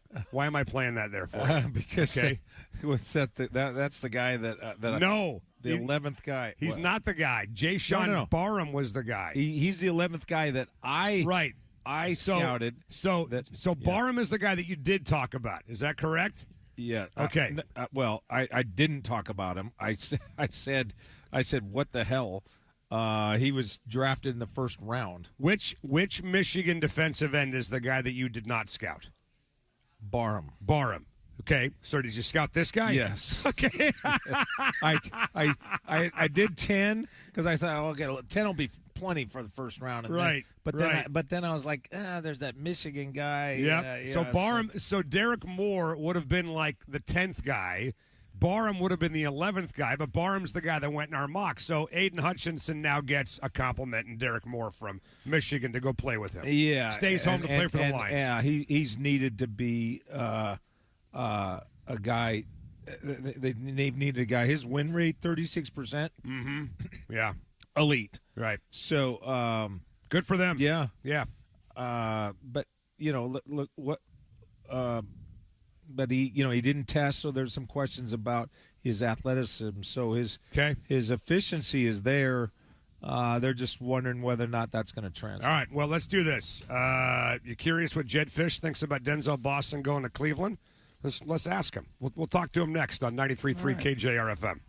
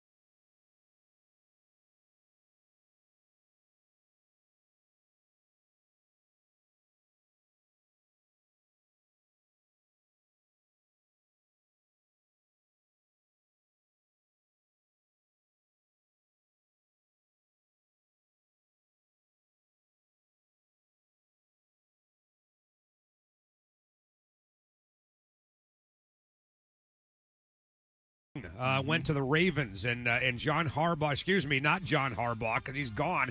He's the coach of the Giants now. Is it Todd Monken? Is that right? Who's coaching the? No, sorry, Jesse Minter. Jesse Minter. I'm getting my new coaches mixed up. Jesse Minter, the new coach of the Ravens, took Zion Young. So that puts the Steelers now on the clock at number 47. Hawks still a ways away at number 64 in the second round. But you heard the highlight there, Denzel Boston, courtesy of Tony Castricone, Denzel's head coach, just putting yet another player into the NFL, a builder of draft picks. He is the head coach of the Huskies. Jedd Fisch is joining us right now on the radio show to talk about his newest member of the National Football League in Denzel. Jedd, first of all, thanks for doing this, man. Softy, Hugh Millen, and Dick Fain were over here at the Seahawks facility, but Denzel Boston, I know he's disappointed. He did not go in the first round, but you saw the emotion from his family coach, 39th overall to the Cleveland Browns, and head coach Todd Monken. What do you make of this fit for Denzel in Cleveland, man? Yeah, I'm fired up. I'm over here with him right now, and we were able to celebrate the pick. A bunch of his teammates, myself, Coach Cummings, and came to the Forum Social House here in Bellevue and got to celebrate with him, and still are. And really proud of him, man. Just so awesome. I mean, you know, do you love to go in the first, second round? I would say this. I would say he is the 39th pick of the draft. That means he's the 39th best or valued player in the entire world this year, and I couldn't be prouder of him. Well, it is a proud day for the head coach, for the coaching staff, and Jedd, if you can, just kind of talk about how you balance your message to your kids, like, hey, we're going to celebrate you, we're going to share in this with you, we want you to be focused on these kind of goals within the framework of doing what's best for the Washington Huskies. Take us into some depth about how you balance a night like this and the goal for that with what you need to accomplish during the regular season with your team. Yeah, I think, you know, days like today, nights like tonight, this is about the player. This is about, you know, giving them every opportunity to enjoy this moment. They put in a ton of work. You know, we tell our players all the time, like, we're going to do everything we can to help you achieve your dream. And if you achieve your dream, we'll all be celebrating with you. We wouldn't have won 9 games in the Big Ten last year without Denzel and without what Denzel brought to us. And Jonah will get drafted, and Efi and Bobo and Carver. And, you know, but we don't win without these guys. None of us do. You know, players win games. And I feel like, you know, if we could continue to promote our players to become great NFL players and drafted, the higher draft picks we have, the more games we're going to win. And if you look at Ohio State, they had 4 drafted in this year's draft. And, you know, they were sitting there, won the national championship a year ago, and another in the top 10, and another, you know, semifinals this year. So I think it's a pretty good correlation. Be great, and you get drafted, and we win games. Well, Coach, we hope to hear the names of both of your corners going today, hopefully. And as a Seahawks fan, I'd love to have either one of them. They're patiently waiting right now. Maybe talk about Ephesians and Takario and how each translates to the NFL and why teams will be happy taking those guys. Yeah, I feel the same way you do. I'm kind of on sitting at the edge of my seat now, hoping that those guys could get taken tonight. And if they can, that would just be phenomenal. You know, you've got 2 6'3.5", 6'4" corners, each capable of running sub 4.45. That correlates well. They got extremely long arms. That correlates well. They've got an ability to cover down the field and tackle. So those are what people are looking for. So I really believe that these guys are both in a great position to get taken either later today or early tomorrow, and 2 teams are going to end up with 2 guys that they're going to be really excited about. Well, let's go back to Denzel for a second, Coach. Jedd Fisch with us. Denzel Boston, again, going 39th overall to the Browns. I don't know how much you know of Coach Monken, you know, his offensive system, what they do out there in Cleveland, and be curious to get your thoughts on how he fits that offense. And then, look, I mean, the good news for Denzel is that there really isn't much there now. I mean, it's Harold Fannin, it's Jerry Jeudy, Fannin the tight end, so he's going to get targets. But you could also argue that one of the negatives is there's not much there now, right? I mean, you go to a team that's got a lot of talent, maybe you're going to have a chance to maybe get open a little bit. So what do you make of the roster? What do you make of the offense that Denzel's going to play in? Yeah, first of all, I spoke to Coach Bunkin this morning, and I know that he was super excited about this opportunity if it presented. So that was number one. I know that he really had his eyes set on trying to get Denzel on his team, which is super cool. He's a wide receiver coach at heart. Coach Monk was the wide receiver coach at Oklahoma State when I first met him. Wow. Receiver coach in Jacksonville, the Jaguars. So he's a guy that before he became the OC places, he was, and the head coach at Southern Miss, he was a receiver coach. So I think it's a great credit, to Denzel and to, Casey Concepcion that 2 of the 3 picks he made his first time ever as a head coach are wide receivers. So I know that they're excited about what he could bring to the table, and Denzel's, got all the tools, man. Well, Jedd Fisch with us, and Coach, when you look at him, Denzel, you say, okay, here's a prototypical X receiver, right? He's got the size, he's got the red zone capabilities, but as you're talking to these coaches and they're asking about his versatility, what's something that you think that maybe can still emerge in his game that's maybe off the profile for what he does, that maybe that there's a tad more versatility or something that those coaches need to know about Denzel, maybe the person, the potential receiver down the line that impresses you that you need to tell those coaches? I think the biggest thing is his willingness and love for special teams. Whenever you bring receivers into your program, especially rookies, they got to love to play special teams. They got to be willing to play special teams. Denzel, I believe, is one of the better gunners I've ever been around. Matthew Slater was obviously the best Pro Football Hall of Famer one day here in special teams. But what Denzel can do in punt coverage, and then also he was a punt returner for us and never shied away from that. Went back to the house in week 2. But more importantly than that, no matter who we were playing, I was able to put Denzel back there and confidently allow him to be an elite returner, and he was that for 3 years. So those are two, that's the type of guy people want to bring on their team. The second part of it is his willingness to play inside and out. We played him in the slot. We played him outside. We sometimes even lined him up in the backfield and motioned him around.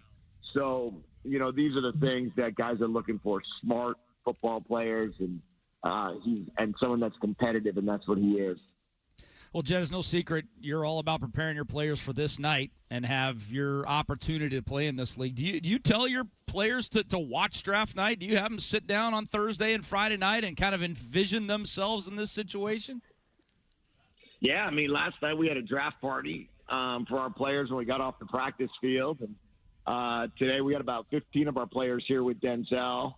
And I hope our guys are watching, and I hope they're dreaming of one day being one of the 256 people picked, and we continue to remind these guys, man, this is not easy.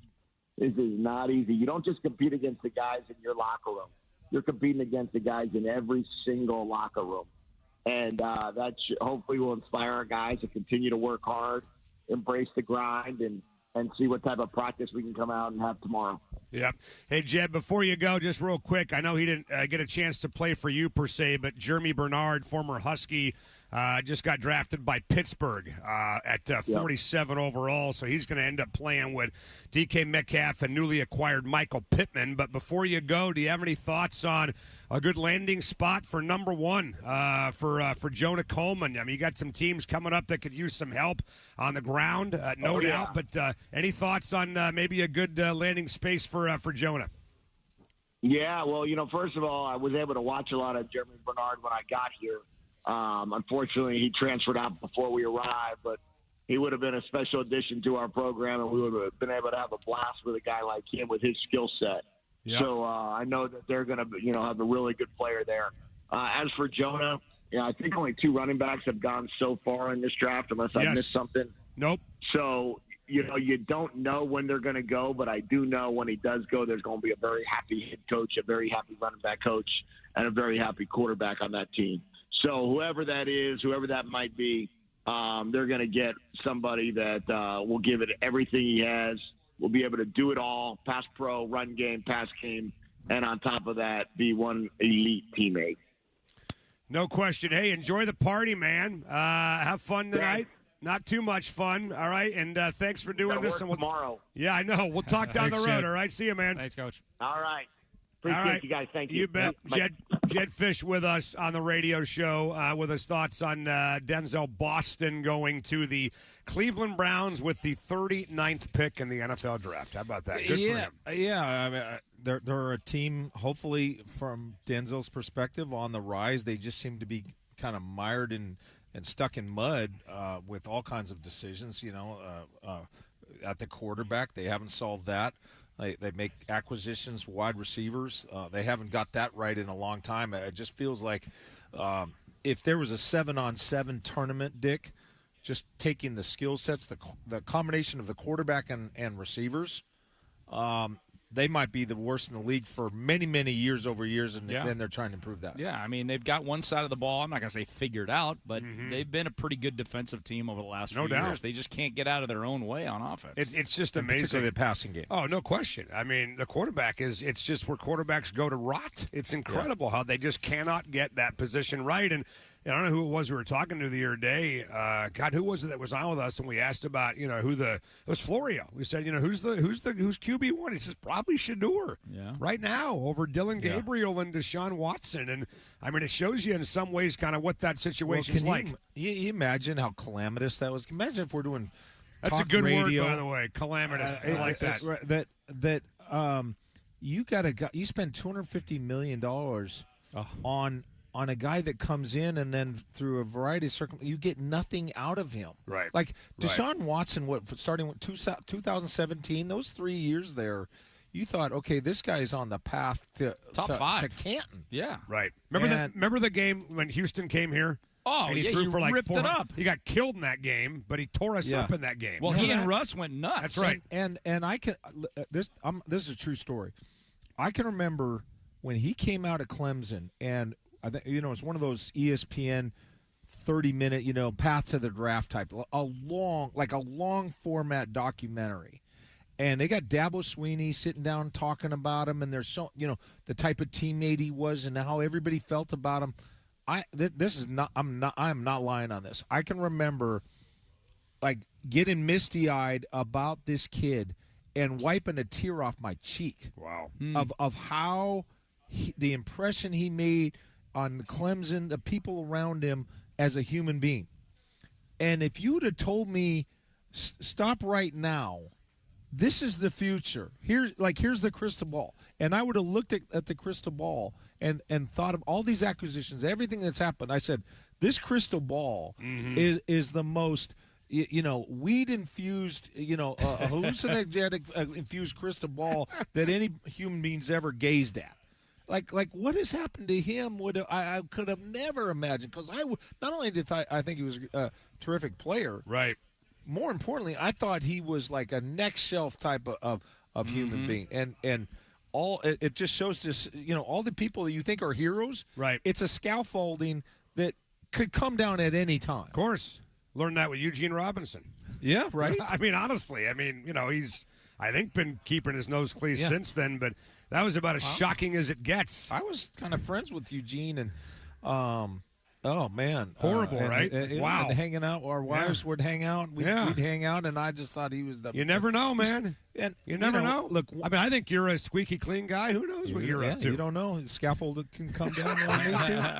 Well, let's talk about where the Seahawks are at, guys, because we're sitting here in the second round of the NFL draft, and obviously we're still a ways away from the Hawks. The second round is well underway. Lee Hunter, defensive tackle, Texas Tech, just went to Carolina after a trade at 49 with Minnesota.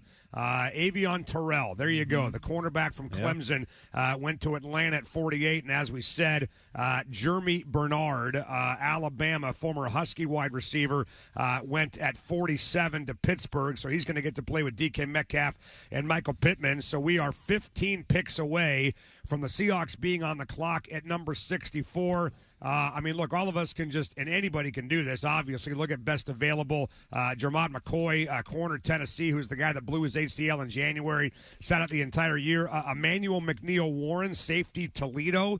Would that be a Kobe Bryant replacement potentially there for the Yes. Seahawks? Anthony Hill, linebacker, Texas. Eli Stowers, Vanderbilt, tight end. Oh. We don't think about a tight end, but you love that guy, don't you? Well, I think of him as just a big wide receiver. Yeah. Because when you watch him and you say that movement, that acceleration, that kind of grace in and out of his routes, his body control, it's not something that you typically see from a tight end. And he's almost – it's going to take a creative guy to get the best out of him because you don't really think of him, all the traditional, tight end. He's not an inline tight end blocker. You just think of him as a big receiver.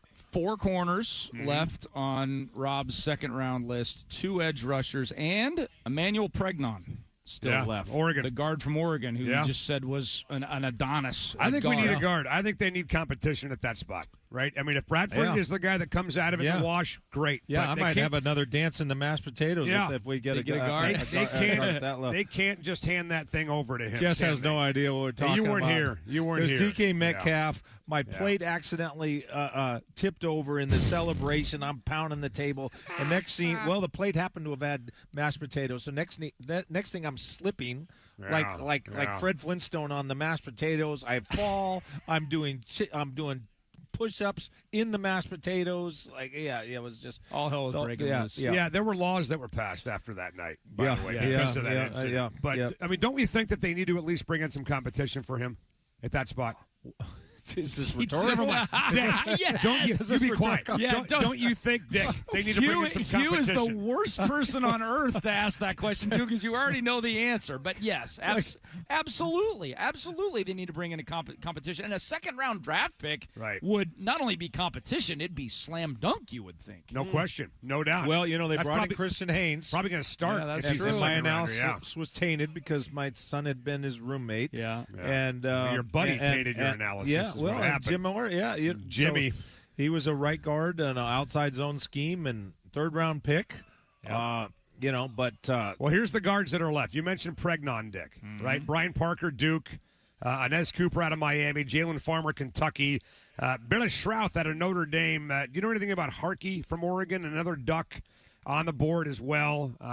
There's some players available at that spot. If you're looking edge, if we're looking to replace Boye and maybe get some edge rushers, Gabe Lucas, Illinois, Kieran Crawford, Auburn, Jay Sean Barham. How about the Seahawks draft him out of Michigan? Funny. That's the one guy you didn't look at. That'd be hilarious. Josh, you know what, by the way? But if he what? I'm getting a little tired of this. I only look at first-round talent crap out of you. Okay? the amount of money we're paying you, we should get at least 2 rounds. At least 2 rounds. You should get 2 picks. Okay. Okay. You get 2 picks. At least 2. He's going to do Mendoza and one other guy. Do you want to take this conversation on the air? Yes, I do, actually. Why the hell not?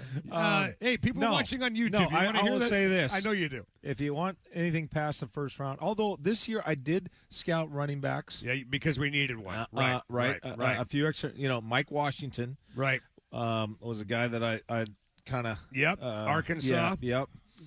Corners. kind of lean towards him. Corners, McCoy, we mentioned. Brandon Cisse, South Carolina. Could have been a first-rounder. Keontae Scott, Miami. Malik Muhammad, we know him from Texas. So there's some names. Well, the Cisse and the guard from Oregon. Yeah, and Pregnon. Pregnon. Right. What pick are we at right now? Right now we are at pick number 50, I believe. So we're only 14 away. Right, 51. Oh, D'Angelo Pons, Indiana, who had the pick 6 against Dante Moore to start the Oregon game. He just went to the Jets at 50. I like that. Yeah, well, he's a feisty-ass competitor. Right. I mean, now it's in a small pack, but some smallest guy. Yeah.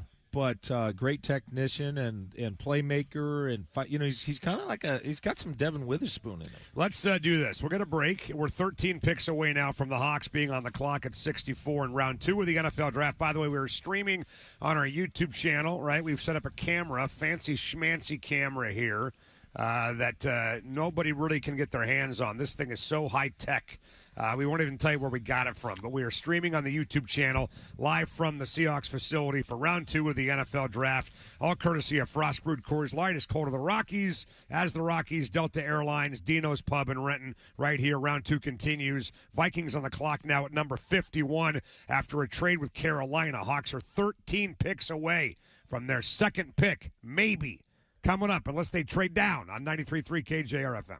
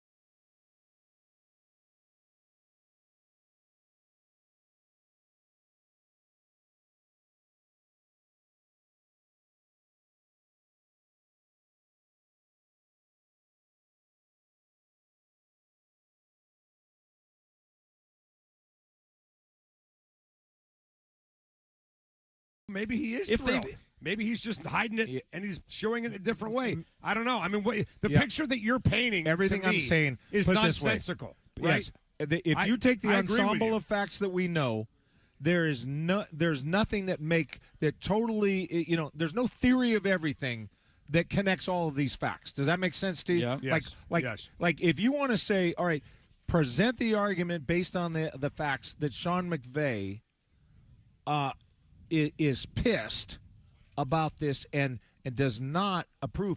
There's some facts to support that argument. Sure.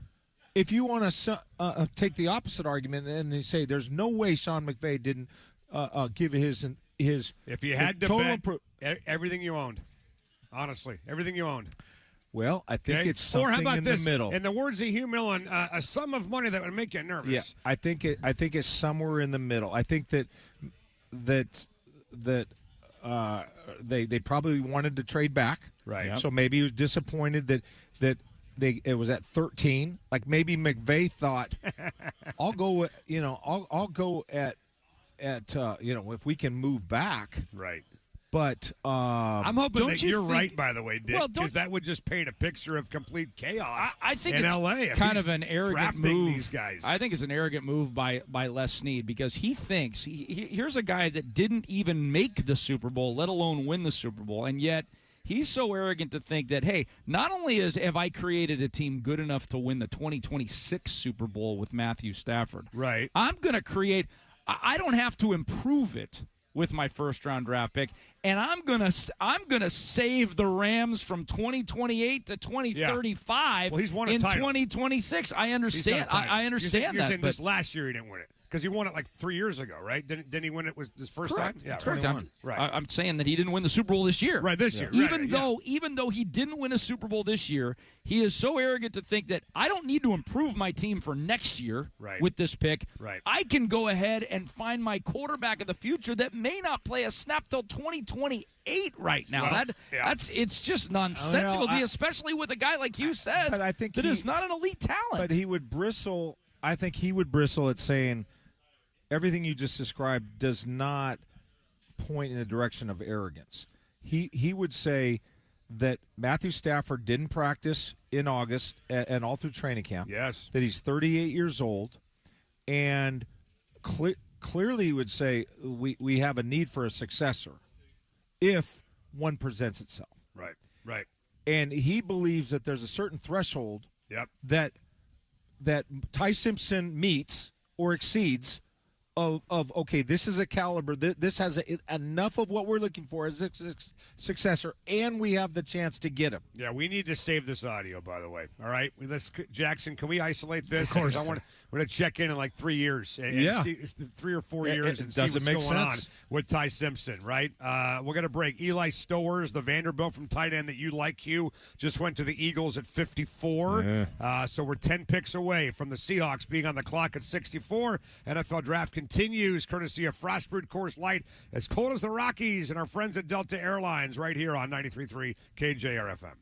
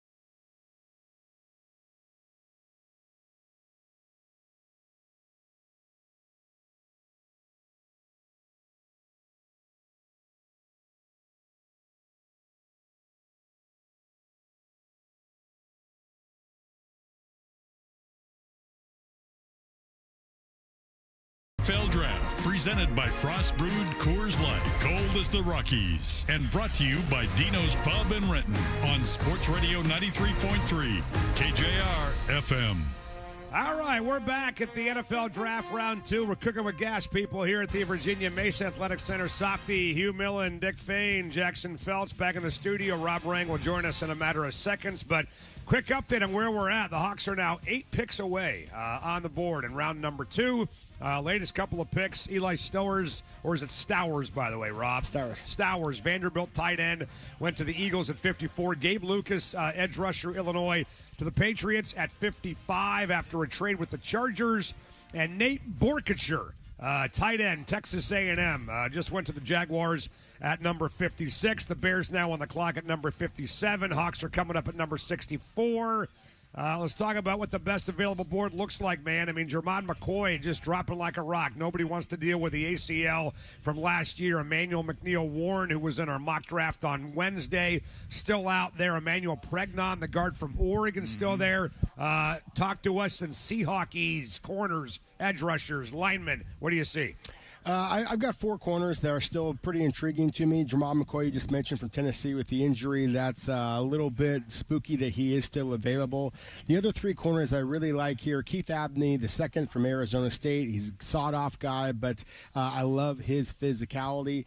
Malik Muhammad from Texas, we talked about. Davison Igbinosun from Ohio State is another one who has the length and the traits that you're looking for. That's the cornerback spot.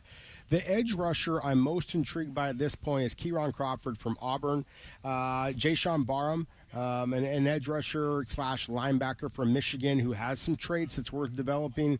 He might be a candidate. And then a couple of other wild cards. Kyle Lewis is an off-ball linebacker for Pittsburgh.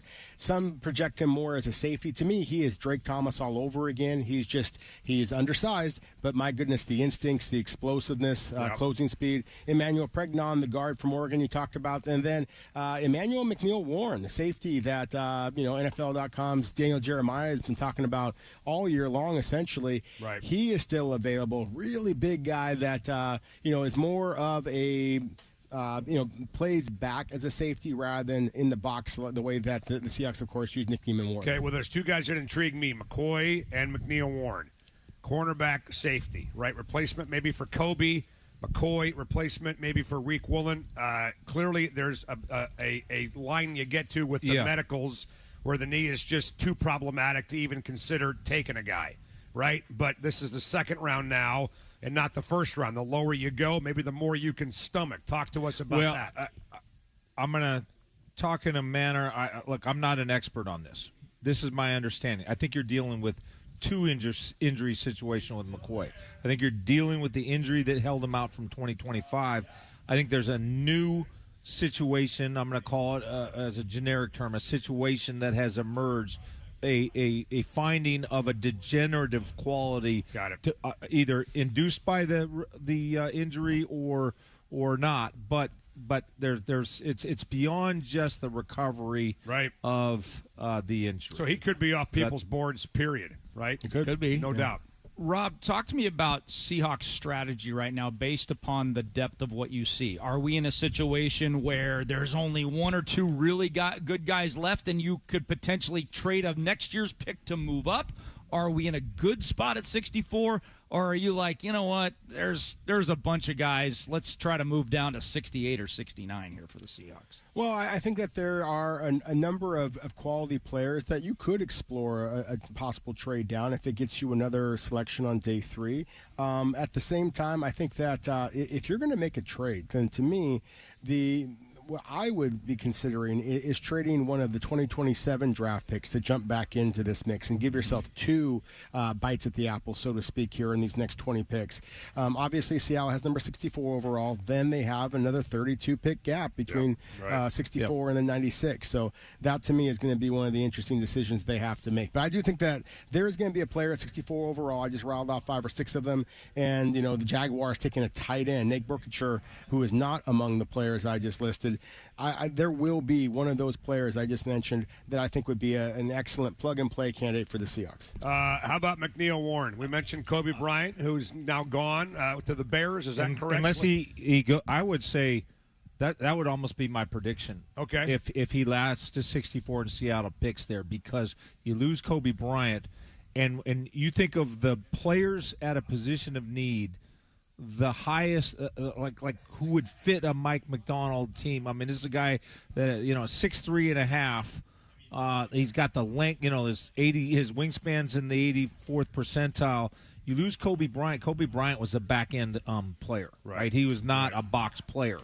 This is how this guy plays. He's played in a too high shell. That's his deal. He's not. We don't need to get a box safety. I mean, Nick Immanwori, in your mind, you can almost cross him out as a DB. Right. You just say he's just a really athletic Sam linebacker. That's what he is. They're going to keep him on the field, and he's going to be the Sam. Like you'd say, well, isn't he a big thumping Sam or a safety like Cam Chancellor? Cam Chancellor in the Super Bowl 2013 had 409 snaps in the post safety.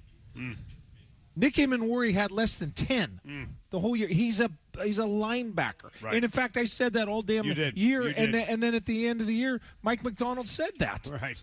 And Right. so he learned that from you, I think, by the way. Yeah. He didn't know he was a linebacker until you told him. Oh, geez, I was driving home, and this hack backup quarterback from like 40 years ago, he finally crystallized it for me.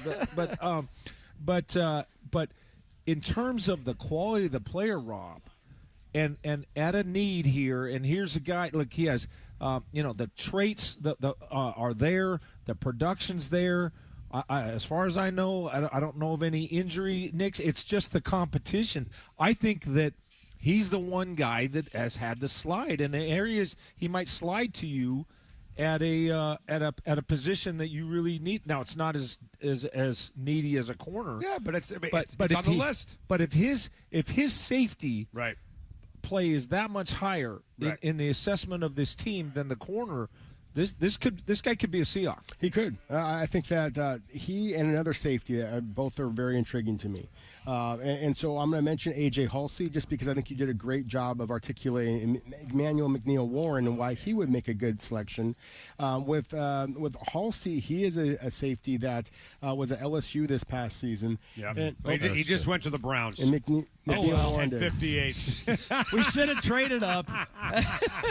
He just went to the Browns. Can we rewind that? At 58. Jeez, Well, okay. there's an alternate universe where he's there and the Seahawks take him, and you'll always have that moment, all right? Just so you know. But Logan Jones, Iowa, just went to the Bears at 57, and Emmanuel McNeil-Warren just went to the Browns. So what are we supposed to do now, Rob? Well, again, A.J. Halsey. yeah. Sorry, A.J. Halsey. Again, this LSU safety that we talked about. I mean, he's got one thing that's kind of fun about him is he's got a nickname that people would kind of gravitate towards, Mr. Gimme That, because he was known for creating, lots of interceptions, forcing fumbles. He is a little bit more, and I hate to say the Cam. I know, what a name. I hate to use a comparison to Cam Chancellor because nobody's Cam Chancellor, but at the same time, there is more of that kind of a physical thumper from that, more of a kind of traditional rover type of a safety rather than being a real deep back type of a safety. But if you're looking for that, then he makes some sense as one of those selections, and he is somebody that at least reportedly came to Seattle on a visit. Right. So there's obviously some interest there. Again, the corners and the edge rushers to me remain the most intriguing positions I think that are available. Kieron Crawford from Auburn is a former basketball player, and everybody that went to Auburn this year was focusing so much on Keldrick Falk, the big 6'6", 275-pounder that came at was drafted at the end of the first round, and they left they left talking about Kieron Crawford. He's more in that 6'4", 245 to 250-pound range, but he's got the twitch that you're looking for. Yeah. By the way, there is a trade that has come down. The Vikings are sending Jonathan Grenard, edge, to Philadelphia for 2 third-rounders, one this year at number 98 and one next year. They also sent 244 back to Minnesota. So Jonathan Grenard is on the move. Where we are right now in the draft, again, we're moving fast here. The Hawks are coming up at number 64.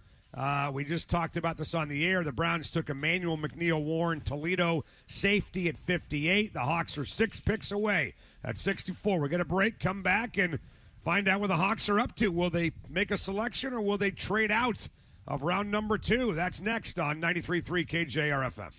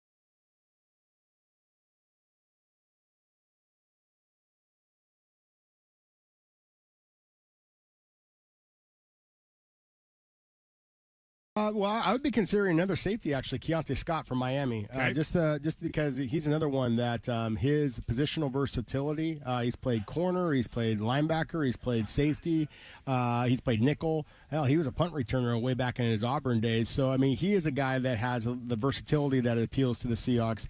And then as far as just, kind of giving some names to what Hugh just mentioned, to me, the edge rusher that makes an awful lot of sense is Kieron Crawford, with a tip of the cap to Jayshawn Barham from Michigan. Kieron Crawford is just still a pup. I mean, he's just because he played basketball all throughout his prep career and then switched to football late. Before he went to Auburn, you just see the twitch with him, and so I do think that is something that the Seahawks are going to prioritize. And then of all those corners. Again, Jermon McCoy coming off the injury, Keith Abney, Malik Muhammad, and David Igbinosun. Because of the depth there, you got 4 corners, and I think there's a lot of good corners that are going to go into the third round. Jadon Kennedy from Oregon, Takario Davis from Washington. I think the corner depth is good enough. Maybe you go with the edge rusher or the safety at this point. But again, I wouldn't be surprised at all with the corner. That seems like a John Schneider pick, an edge guy that played football, and he's got ceiling. I can see the ceiling, but he started playing football late, and he could turn out to be a first-round edge. Yeah, if I had to put $5 on the line right here, Kieron Crawford would be my selection. I can. You want me to do that? I can go to Kelsey right now. Is that a John Schneider or a Pete Carroll type of player? And that's a good question there. Yeah, that's a good question. Because, that's fair. Reek Woolen, who was the kid from Buffalo, the defensive tackle that we drafted? What the hell was his name? Remember Buffalo? Yeah, from the University of Buffalo that we drafted. What was his name? He barely played. He was an offensive lineman or defensive lineman. Sicoli? Yes. Christian Sicoli. Remember him? Yep. I mean, we've had guys, the tight end that we drafted, obviously. There's been was that a Pete thing or was that a John thing here? Taking projects, guys that couldn't even say football. And turning him into supposed I think that football was a players. Tom Cable thing. Was it? Okay. Yeah. Okay. I think that he kind of wanted to, reinvent the wheel. It's like there was a tight end. Who was the tight end that we drafted too back in the day? That didn't play any football. He was a basketball player. Come on, you guys know who I'm talking about. The tight end that we had played basketball. George Fant. George Fant. Yeah, okay. Well, he was an offensive lineman. Right, but he played like 1 year of football. He was a basketball guy at Western Kentucky, right? Yeah. And then he had Sicoli. But he was a tackle. And right, but I'm just saying that's what I'm saying. It's a Pete Carroll. It might be a Pete Carroll thing. But was Tom Cable the offensive line coach? Yes, he was. Fant? Yes, he was. Yeah. But we had some other guys too. But I don't know, man. I just think that this is one of those situations where we're going to really find out a lot about a kid like a Jermon McCoy, because he is clearly talent-wise, right, Rob? Yeah. Without the knee injury, he's talent. You said maybe top half of the first round cornerback without the medical. If they pass on him here, we know that it's the medical. Well, the fact that he's available at this point, it's the medical. And that's the thing. Is Seattle has been willing to take players that have some injury risk to them. Obviously, Riley Mills just a year ago, but at the same time, obviously, they felt very comfortable with Riley Mills' medical evaluation. And that was the 5th round. This is the 2nd. Yeah, but I would think that there's a difference between coming off of an injury where you would expect with modern medicine and training that you would improve and get back to at or near where you were. But if there's a degenerative condition, correct, then and you say, hey, this guy's going to poop out at 4 years or something. Forget it. Yeah, no. Let me just update you guys because the Bills just moved into that second to third to last slot. I'm going to try to pronounce this guy's name right. If I don't, I'm sure Rob will correct me. Davison Igbinosun, Ohio State. Corner, is that right? Just went to Buffalo at 62, so Hawks are 2 picks away. Yeah, it's fascinating to watch this. You could actually wager on whether you think Seattle's going to draft Jermon McCoy. It was as high as a 2-to-1 shot. Wow. Now it's at 3. It's moving as we speak, and now it's actually gone down to 3-to-1 right now, but still a reasonable percentage they think that Seattle would take him. Well, I mean, you're the scout. Yeah. What do you know about his knee? Well, that I don't know. The medical, that's the thing, is I know You're not thinking CFL for this guy? Well, hey, we'll see. I mean, actually, it might turn out that way. It might. No, he's. I know that as Hugh mentioned before, he missed the entire 2025 season with a knee injury. Then he comes back. Wasn't able to work out the combine, which is the first red flag. I mean, if you're going to miss the entire season, then hey, just prep for the workout. doesn't work out at the combine, goes to his pro day and does work out. But then when they had the medical rechecks a couple of weeks later in Indianapolis, obviously NFL teams did not get the feedback that they were hoping for. And so that's the extent of what I know about. But he moved well at his pro day. He did. Did he run a 40? 4.4. Yeah, 4.4. I mean, it's not uncommon to just say, hey, a couple extra weeks isn't going to hurt, right? Yep. I mean, everybody is going to get the information they want at the pro day, and I'll do all of that. So, that's it's. I agree with you. It's a little bit illuminating because if you thought he was 100%, then he would have been earmarking for the combine. But it's. I don't think it's a deal breaker to say that you wait for the pro day. The problem would be, again, these surfaced reports of the degenerative condition. That word right there says it all. Yeah. And that must be in the last 24 to 48 hours, too, or else these mocks wouldn't have them at 6th to 9th overall. Well, the Hawks are 2 picks away. Chargers are on the clock right now at 63. Hawks are up next at 64. And just kind of an update on kind of where the Hawks are with some of their depth. I mean, the 3 positions we've been kicking around the most today at this point are guard with Anthony Bradford, and they got obviously Christian Haynes sitting there, Cable Dew sitting there, obviously. That's about it as far as depth for the Seahawks go. As far as the edge rushers to replace a guy like a Boye Mafe, Jared Ivey, Mike Morris, Jamie Sheriff. Riley Mills obviously is more of a defensive tackle, I think, than maybe an edge guy, but he's available for the Hawks. Corners, Noah, Igbenogany, Iggy, who was their biggest ticket free agent signing as far as street guys. They didn't spend any more money on anybody besides him. Rodney Thomas is more of a free safety. A.J. Finley is a strong safety. They like him. Shamar Jean Charles is there at corner. So they've got some guys. Nehemiah Pritchett. So what do we make of the depth overall at those spots that we're talking about? Well, I feel you mentioned they like a guy. What about you liking a guy? Well, I haven't seen enough of Pritchard to make me feel like you just plug him into the spot that Reek Woolen vacated. Hawks are on the clock right now, by the way. Yeah. Chargers just took a center, Jake Slaughter from Florida. Yeah. All right. Yeah. So I would say they're fine in their nickel package, which is their number one in the NFL in the use of nickel. The Seattle Seahawks. That obviously includes Nick and Worry as safety.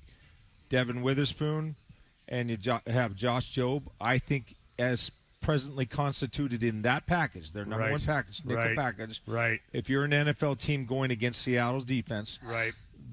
The least capable of the starters out of 11 starters on the defense is Josh Jobe. Right. You're going after Josh Jobe. When they go dime, which Seattle, again, they increased their use of the dime. The first 8 games, they averaged 2.5 plays per game of dime. Right. Over from week 10 and beyond, they then went to 18 snaps per game. Yep. They had 36 snaps in the Super Bowl of dime. What was the dime configuration? Well, on the 2-high structure, you got Julian Love as a safety, Kobe Bryant. Kobe Bryant's gone. The corners, you had Josh Jobe and Reek Woolen. Then apex defenders, Emmanuel on one side and Witherspoon, who had dropped in from corner, on the other. Mm-hmm. So in that dime configuration, of which there were 36 snaps in the Super Bowl, Reek Woolen is not in that. Right. So if you had to play tomorrow and you had to play the Patriots and you wanted to play 36 snaps a dime, who's the dude? Right. Nehemiah Pritchett. Right.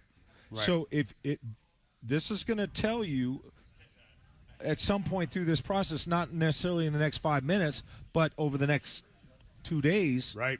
Within the next how 24 much they hours, believe in him. we're going to learn how No much doubt. they feel about No Nehemiah doubt. Pritchett just by indirectly, inferring from their decisions. Right. By the way, ESPN is reporting that the Seahawks pick is in, so they are not trading this pick apparently at number 64. There will be a selection here at 64. How many trades have we had even in the second round? Well, there's been a few. Has there been a bunch? I mean, there's been a bunch of teams moving around. Yeah, the big ones, the Grenard trade, the Vikings sending him to Philadelphia. But you're talking about trades in the draft. I mean, I'm just looking at. There's been 1, 2, 3, 4, 5, 6, 7, 8, 9, 10, 11, 12, 13 so far in round number 1. Some of those were made yesterday, by the way, but there's been 13 trades in round number 1. So we're going to get the Seahawks pick here at number 64. You mentioned a couple edge rushers. You mentioned a couple of safeties. Rob Rang with us. For those tuning in right now, who would be your pick right now at 64? Well, I mentioned Kieran Crawford. I mentioned Malik Muhammad. We talked a little bit about the safeties. Again, if you want to go with a guy like A.J. Halsey, Mr. Gimme That, then, there's other safeties out there that have ball skills that also would make some sense. TCU's Bud Clark would make a lot of sense just because, again, he's got the ball skills, the speed that you're looking for. So he would be another one. Yep. Again, corner, safety, edge rusher. I'd be stunned if it's not one of those selections, one of those positions. We're going to find out in just a second here. Seahawks taking Jadarian Price, obviously, yesterday with their first pick at number 32. I believe we are getting close to finding out who the Seahawks will take now at number 64. Let's go to Cliff Averill in Pittsburgh with the Hawks pick at 64. Things first, let's wrap up round 2 with the Seahawks in their selection.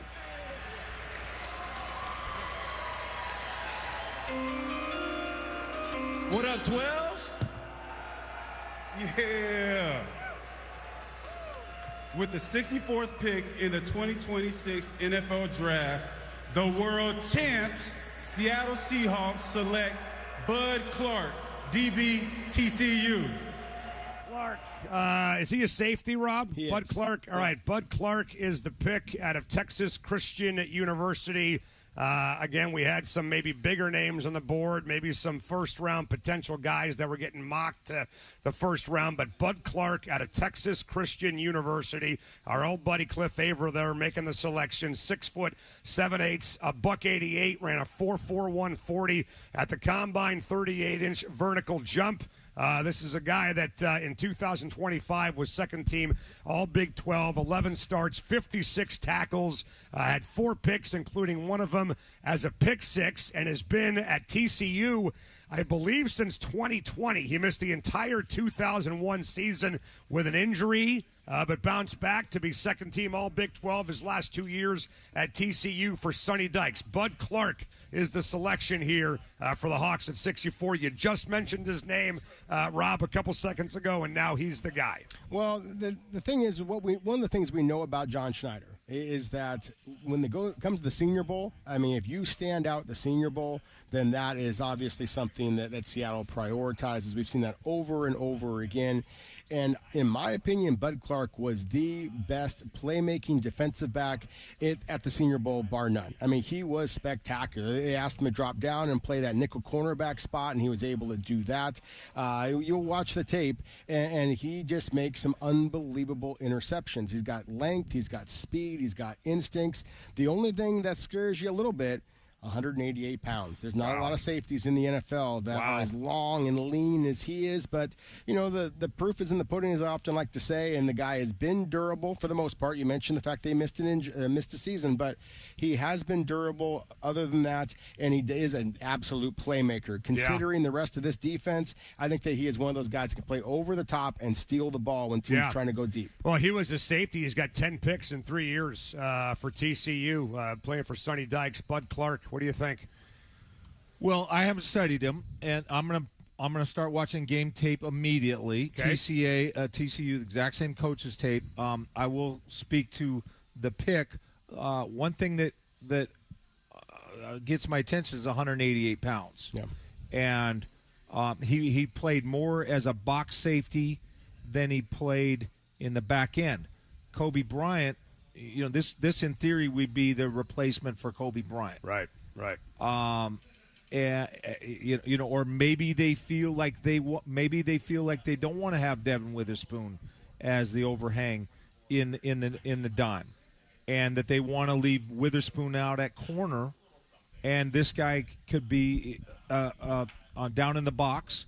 At 188, he would fit more. He's not going to be a thumper at 188. Yeah. But remember, Kobe Bryant was a converted corner. Yep. Right, and so he had adequate physicality, but I'm not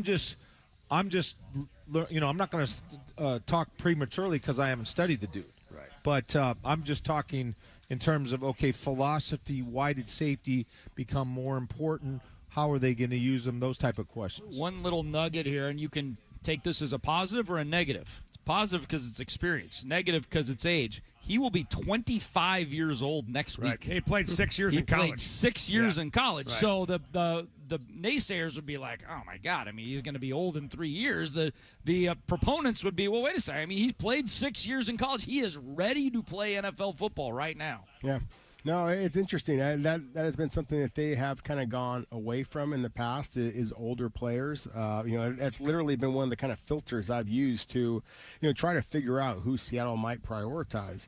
It was honestly when we first started talking about some of the safeties, and I first mentioned, some of those other guys. I mean, A.J. Halsey is another player who has played for an awful long time, and so I was kind of leaning more on these young corners. Right. Keith Abney, from Arizona State, who's only played college ball for 3 years, for example, but he doesn't have the size. And so I was kind of thinking that they might be a little bit more willing to, to look past size for youth. Clearly, they decided to go the other direction, but I understand it when you have a guy that has the ball skills this kid has. Well, we mentioned Emmanuel Pregnon, too, at guard. I mean, is this just another example of how they really, truly feel about Anthony Bradford behind closed doors here at the Virginia Mesa Athletic Center? And Bryce Cable-Dew. I think that they are very intrigued by Cable-Dew as well. Yeah, well, let's do this. Let's do this. We'll take a break, which is a break so that Hugh can watch tape on this kid. We'll come back and we'll get an immediate reaction. This is amazing. Nobody else in the city can do this. We're going to take a quick break, and then Hugh Millen's going to come back and give you instant analysis on what he sees from He's going to watch Clark. Every game from the last 6 years of Bud Clark. Yes, in the break. he will. He will. All right? There's only one man that can do it, and it's Hugh Millen next on 93.3 KJR FM.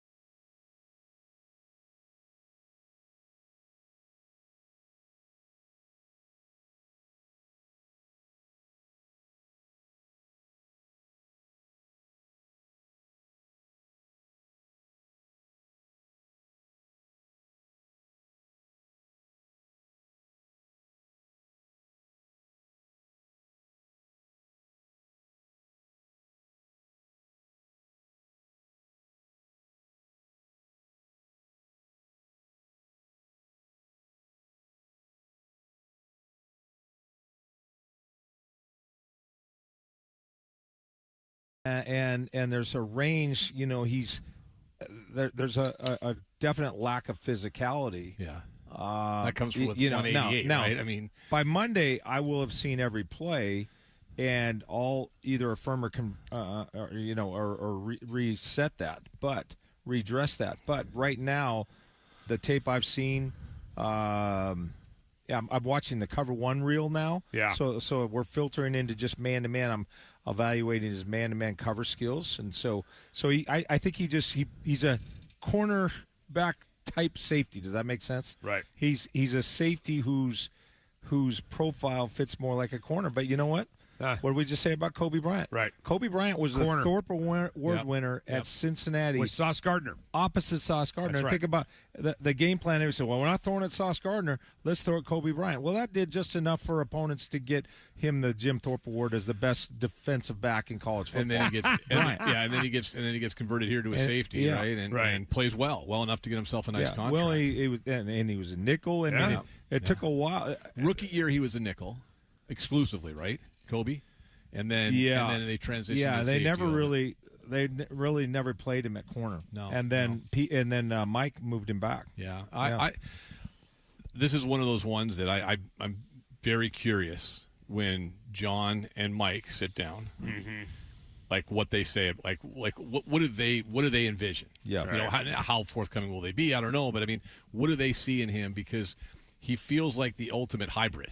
Right. Right? As a DB, he's just I don't want to say positionless because that's kind of an insult, but he just feels like, where is this guy going to fit? Yeah. And let's just go back to what you always say and what he just said about a moment ago is he's playing for Mike McDonald. Right. Like if there's a guy that the mad scientist that is Mike McDonald, what's he doing right now?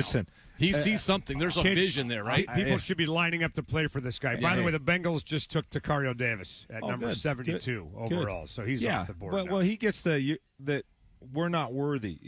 When he comes in, if he says he's got a plan for this kid. Well, then, isn't this this is probably like right up his alley. Like he sees something. I'm just basing it on the fact that McDonald has this vision. Right. Whatever he sees, we're probably not. Well, seeing. who would he be in Baltimore? Who would he be with the Ravens that he had with Baltimore? I mean, that's the thing to go back and look at, because we've looked at defensive ends, we've looked at corners, safeties. Who would be the guy that played for Mike McDonald in Baltimore that potentially would? I don't have an answer yet on that, but I mean, it's not. There may not be a guy. Josh Hamilton is a unicorn, right? To me, are they going to have him in the back end? Mm-hmm. That's where he played most. How concerning is the weight? I think it's very concerning. Yeah. He's in the second percentile. Right. Yeah. 188. What should he weigh? He should be 205. Wow. At that height. So he's way under then. He's almost 20 even pounds 205. You don't get into like thumper category until you're over 210. I did thought it was funny when Cam Chancellor's name was mentioned, right? Because it's like who said that? It was he had it in a profile somewhere. Old Bud did. I patterned myself after Cam, which is great. I mean, I patterned myself after Usain Bolt. Yeah, I like to think of myself as Robert Redford. I mean, there's a lot of things we can pattern ourselves. And I'm Kareem Abdul-Jabbar. Maybe. Well, yeah, Kareem or Cream, the kid from St. Louis, right? The big white kid. Yeah. Maybe that's just the way he wants to play, is what he's talking about. But you didn't see that on tape, right? I have not seen that on tape. Well, he wants to. That's the key. He wants to. Yeah. He wants to play like that. Hey, it is a want-to sport. But like you said, man, I mean, we just got done talking about Les Snead and Sean McVay and how much McVay was or was not involved in the Ty Simpson trade or draft pick. Do we believe that John Schneider just drafted this guy for McDonald without his input? No, of course not. I think the opposite. I think this is McDonald. Yeah, I think the Mike told John, "You stay at Dino's, all right? I'm taking this kid." So again, I'm insanely curious now, aren't you? Yeah, to hear what Mike says about this guy. I think he's going to say that he sees enough. They're never going to say this is exactly. Right. If you Venn diagram them over Kobe Bryant, right. I think there's a sufficient number of traits that you'd say we put him in a competitive situation. Julian Love is a lock. Ty Okada comes in, and then this kid's going to compete with Ty Okada. Right. And they got A.G. Finley. right? And then Who is not small, by the way. No, he's 6'2", Yeah. right? Over 215. 200. Yeah. Right. That's a good point, Ian. Yeah. So you have there's some congratulations, yeah. Scouting. Scouting guy. but Finley has the profile to be that. And for that, me, more physical. Like he was injured and on the injured list all year. Finley. No, was he last played year. like no. Oh no, that's right. He was played hurt at like the start of the year. 55 snaps. Hurt at the start of the year. I This think it year, was, like yeah. on the varsity. Yeah, no, but he was hurt Yeah, for a while. yeah, he hurt. was. He was hurt for a chunk of the season. So. But they like him a lot. Yeah. So Yeah. I mean, that's the first safety they would mention of the guys that we don't talk about. Like I said, where we've seen just a glimpse of him. Right. But they think Pritchett and Finley would be two guys that. Yeah, and I think that's always telling when they do, like they did their thing on Monday, and that was a name they brought up a couple of times. And when they bring up names, they bring up names all the time. And over the years they have, I mean, Cody White's a guy they've brought up just for example a lot of times. He keeps getting signed. There's guys that they like in the system that we don't see necessarily a lot on the field. Finley's that guy. But, I mean, you're spending a second-round pick on this guy. You're expecting him to step in and play. Absolutely. Right? No, this is a starting caliber player kind of guy for you if you're taking him From at where number he's picked, 64. I mean, where Kobe Bryant played last year. I mean, again, Hugh, your point earlier that this is the replacement, right, for this guy potentially. Yeah. We'll see how they're planning on using him, but I mean, the guys that the Seahawks have drafted in the second round. I mean, obviously, even Warri Arroyo a year ago. 23, it was Derek Hall and Charbonnet who both played. Charbonnet, Kenny Walker, Boye Mafe, D. Eskridge, Darrell Taylor, Marquise Blair, DK Metcalf. I mean, these are all it's a mixed bag. Ethan Posick, Malik McDowell, your favorite player of all time, Hugh. Jaron Reed. What was your favorite moment of Malik McDowell's career? When they drafted him and he had an aneurysm on the air because they drafted a guy that people in Detroit said was a meathead. And then he jumped on an ATV and he was never heard from again. But yeah, I mean, this is not a project, this guy, right? Like we just got done talking about projects earlier. Yeah. This is not that. It's not a project. It's probably something that I think it's something that McDonald's is excited about, and that's again like when they step up there at about 9 o'clock tonight, and that'll be the question: what do you envision from this guy? What do you see in this guy? Because listen, the ball hawking stuff I think that's significant, right? Like I mean, he's made a lot of plays, a lot of interceptions, and I think back to last season. It feels like Ernest Jones and the D-line had more picks than the DBs at times, right? So, maybe they're looking for something back there, too. Ball hacking is an interesting attribute for either a corner or a safety because the difference between a good ball hawker and a below-average ball hawker might be 4 interceptions versus 1. We're talking about 3 plays out of the entire season. Meanwhile, if when I watch Kobe Bryant, when he comes out of depth on a too high, like let's say it's what's called a quarters, football coaches know what I mean. So the safety, he's not terribly deep. He's sharing the middle of the field with another safety. Now he wants to trigger down. The ball's past the line of scrimmage. Now how fast does he cover ground? What kind of angles does he take? Does he need to break down? How efficient of a tackler is he? Like Kobe Bryant had a lot of plays where he comes from depth to make sure tackles in the flat with an open space. And that's why the Bears threw $25 million at him. Right. And so, I'm going to keep watching tape. That's what I would like to see. So sometimes the ball hawking thing, hey, you know what? The receiver's bad, or the receiver or the quarterback's bad. You get a little bit lucky there. Two or 3 plays per season. Yeah. You know what? Sorry to interrupt. Your point about getting all the picks from the front 7. You know how many returning players in the secondary they have with more than 1 pick last year? Julian Love, right? 0. What did Love have? 1? He had 1. What did Kobe Bryant have? Kobe Bryant had 4. Job jail? You know what? I'm going to give you every dollar in my wallet if you can tell me the answer to this question. Okay. Ernest Jones led the team with picks with 5. Yeah. Kobe Bryant had 4. Kobe's now gone. Who was 3rd on the Seahawks? DeMarcus Lawrence. With 2. Darion Kendrick had 2 picks. Wow. And he's now gone as well. I think in the same game. So 3 of your top 4 interceptors, if you will, Kobe, Darion, Reek Woolen, are all gone. They don't have more than – they don't have 1 member of their secondary returning that had multiple picks last year? Kendrick was playing Not because Reek was hurt and Joe was hurt. Right. Yeah. But that's the point, that they don't have any. There's nobody back there. Right. Look, everybody wants a ball hawk. Mm-hmm. If you say, hey, this safety, would you rather have a guy who can go get the ball or who can't track and get the ball? Right. 1,000 out of 1,000 fans, coaches, whatever, are going to say, give me the guy who can get the ball. But the point that I'm trying to say is that I think it could be argued it's more important to go get the ball not when it's in the air, right, but when an opponent has it in the space near you, right? Because if you have that ability, it's going to show up 6, 8, 10 times a game. Right. If you're a ball hawk, you're only getting 3 more picks than a non-ball hawk. Right. That makes sense? Yeah, 100%. Yeah.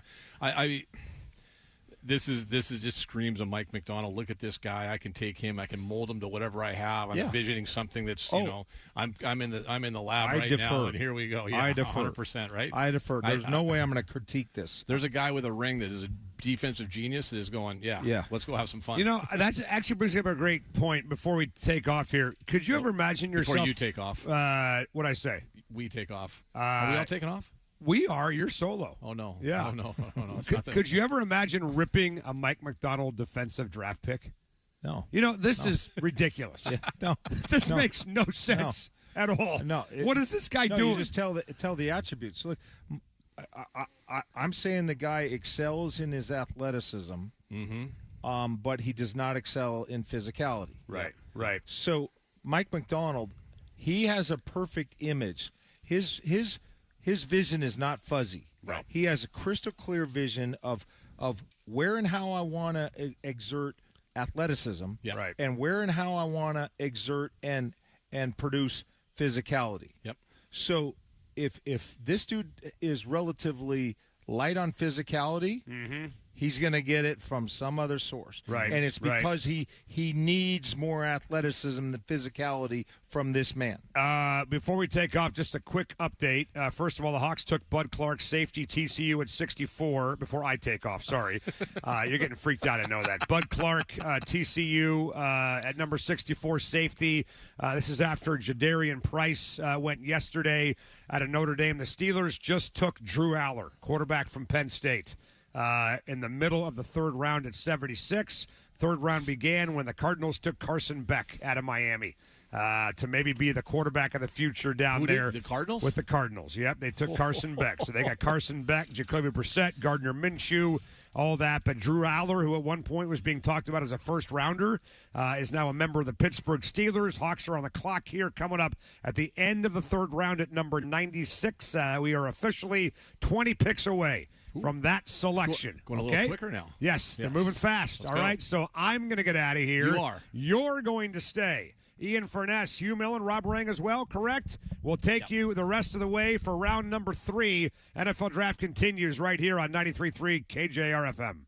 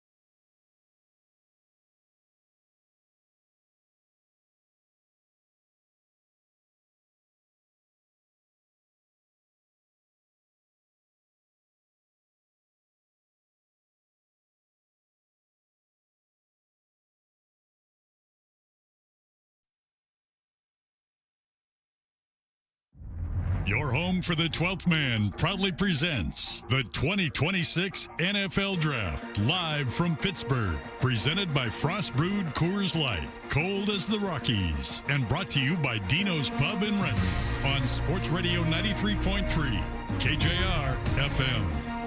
All right, we're back at the Virginia Mason Athletic Center. Ian Furness sitting in as Softy has fulfilled his draft duties. He is gone. It's much quieter in the building now, and we're all better for it. No, we kid because we love. All right, so Rob Rang has joined us now for the next couple of hours, however long it takes to see the whites of the eyes of John Schneider and Mike McDonald in a couple minutes. If you're just joining us, the Seahawks did make a selection in the second round, one of two they're scheduled to have today.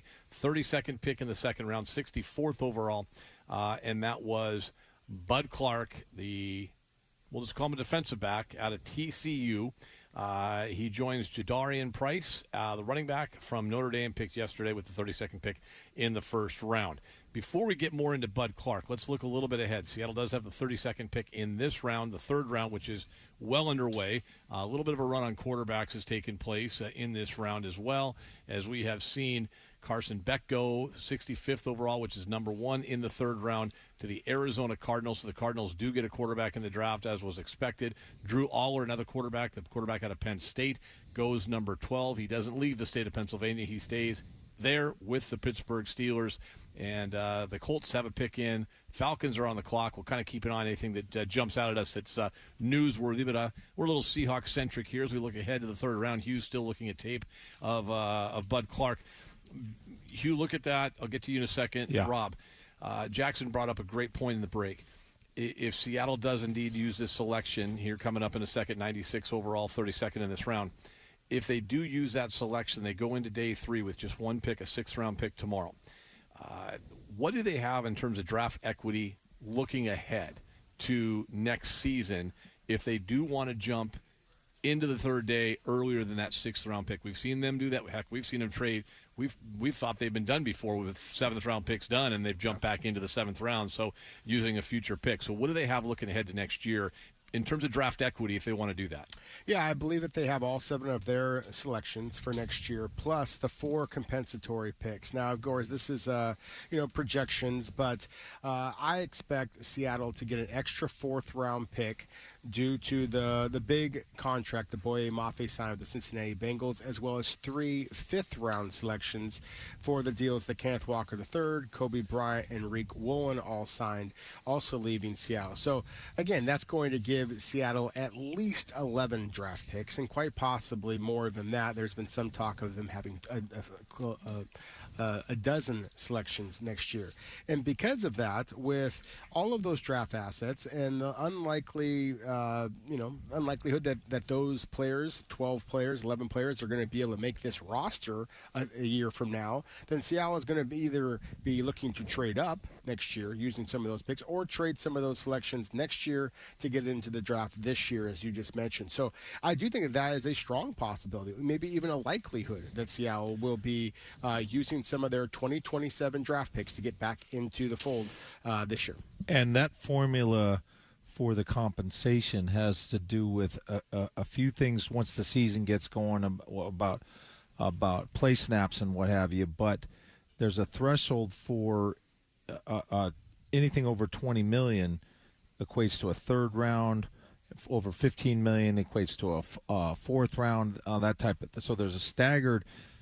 There's a staggered level, and I think Boye Mafe creeped just under the $20 million for that reason, or possibly that's one of the reasons. Don't quote me on it, but I believe, and again, even whatever it is now, right, is subject to refinement. So, but at any event, for those who are wondering how it's determined, how much you sign for is a big part of it. And there are no second round. Right, You can't. 45 million, like Malik Willis, whatever. Like they're not getting us. Packers aren't getting a second rounder. Right. They're going to third later. Yeah. You've been watching more tape. What do you see from Bud Clark? Well, I'm watching the man-to-man tape exclusively. The Horned Frogs did not play a lot of man-to-man, at least when Bud Clark was on the field. The NFL tells me that there was 26 snaps, but of the time. a quick search on him either tackling. He had 2 interceptions on those and really great plays. I'll get to those in a second. But then the completions were for 5 yards, 4 yards, and 5 yards when targeting him. So the ball either didn't go to him, or the completions were short, or he picked the ball off. He had one against North Carolina. If you remember that first game, Bill Belichick's very first game. Yeah. And that was a disaster. Well, Bud Clark contributed to disaster. He was covering in the slot. It was man-to-man. Right. They tried to get a rub on him. They ran to the flat. He read it, accelerated. Ball's a little behind, made a play on the ball, pick 6. Then he had another one in the slot. So he's playing man-to-man in the slot. There's enough grass that he has to guard for the inside breaking route, and he posts what have you, but there's also the slot fade. Receiver comes up, squares him, goes to the outside, and tries to get a slot fade on him. And then what I liked about it is he turned and he played the ball while looking towards the sideline and the player. A lot of guys will turn their back to the sideline and turn their chest to the middle of the field, and then they lose the sense of where the receiver is. So how he played that, and the shoulder and how he chose to position his body, I loved it. He made a great interception, and so I'm starting, as I'm watching more tape, I'm seeing some plays emerge where you say, okay, this guy's got some coverage skills. Again, he's the frail part of it. I have yet to see. Now I'm watching the cover 1 pass plays, obviously, but I have yet to see him come up and kind of thump in the matter that we saw Kobe Bryant. Not Kobe Bryant, I don't want to make him out to be some Cam Chancellor, but I thought he was he brought the right amount of physicality, because the more you're in space, physicality matters less. You just got to get the dude on the ground. Sometimes when you're make a tackle in space, you just say, I don't care if you get him by the ankles, just don't miss the tackle. Now, if you get into tight quarters and there's a lot of bodies and you get a chance to drop the hammer, then go head hunt, right? But and that's part of the discretion about how you make your stamp physically. But I think thus far, I need to see more on the physical front, but I'm liking what I'm seeing on the movement front. A little bit of a run on receivers. Zachariah Branch from Georgia, speedster, wide receiver, goes to the Falcons. He stays in his state just like Drew Aller did. Jacoby Lane, the wide receiver from USC, goes to the Baltimore Ravens with pick number 16 here in round number 3. So a mini run on wide receivers. Stay with you, Hugh, just for a second. We were talking before with Softy. The ball hawking, the interceptions, and the playmakers, and you brought up there's a lot of different factors that come into that. Let me throw this at you. Is there anything, when we're looking at interceptions, can you make any type of comparison to sacks in this way? Like, sometimes it's not about the sack, it's the win rate, the pressure rate, things like that. And so sometimes, like, you can have a guy that's a terrific pass rusher, makes someone else's job very easy or easier. He doesn't get the sack, but someone else gets the interception. Yeah. You see where I'm going with that? Well, I'm just looking for in theory, and I'll go from theory to reality in a second, and then maybe we can get a conclusion. The factors for interceptions, bad quarterback throw, especially in college, things like that. In theory, the best cover man will never get a chance to be a ball hawk, because quarterbacks will never throw at him. Right. So, in theory, if you had AIs coming in and robots are coming in, this is a thought experiment. Let's say somehow you slipped in one of these humanoid robots in that, like, perfect cover guys, never allows more than 3 inches of separation no matter what route you run against them. That robot ain't going to have a single interception or pass defense, because nobody will throw at him. Mm-hmm. All right, so if we can lock into that, I played with Deion Sanders. I was with the Falcons when he got drafted, regarded as the best corner. We had a guy on the other side, Scott Case, went to the Pro Bowl. Dude had 14 picks in 1 year. Everybody, he's like, who's ever heard of that? Yeah. Right? And then you're like, well, nobody's throwing at Deion. Deion never had 14 picks. There's no planet, no universe that he would have 14 picks. So, ball hawk, look, you want a guy when the ball is thrown to you that if he can go get it, that's a great skill. Sure. But what I'm trying to say is the That makes guys sense. that you're only talking about a handful of plays that are the difference. I want on a dude that can cover ground and be a sure tackler. Yeah, no, that makes all the sense. Or cover and induce the quarterback Sure. to go through his progression and he'll look and he say, oh, when I go to Bud Clark's man, he's the first man in my progression. He's covered. Let me go to the second. Yep. And then now all of a sudden sacks come alive because of the coverage. Let me value pick. I think so. I mean, Okay. he was my 69th overall prospect, and he went 64th. So I feel good about the value there. Again, the biggest concern I have about him is the fact that he's 188 pounds, as we talked about before. And so there's going to be some durability issues there. He's 6'1", he's 188 pounds.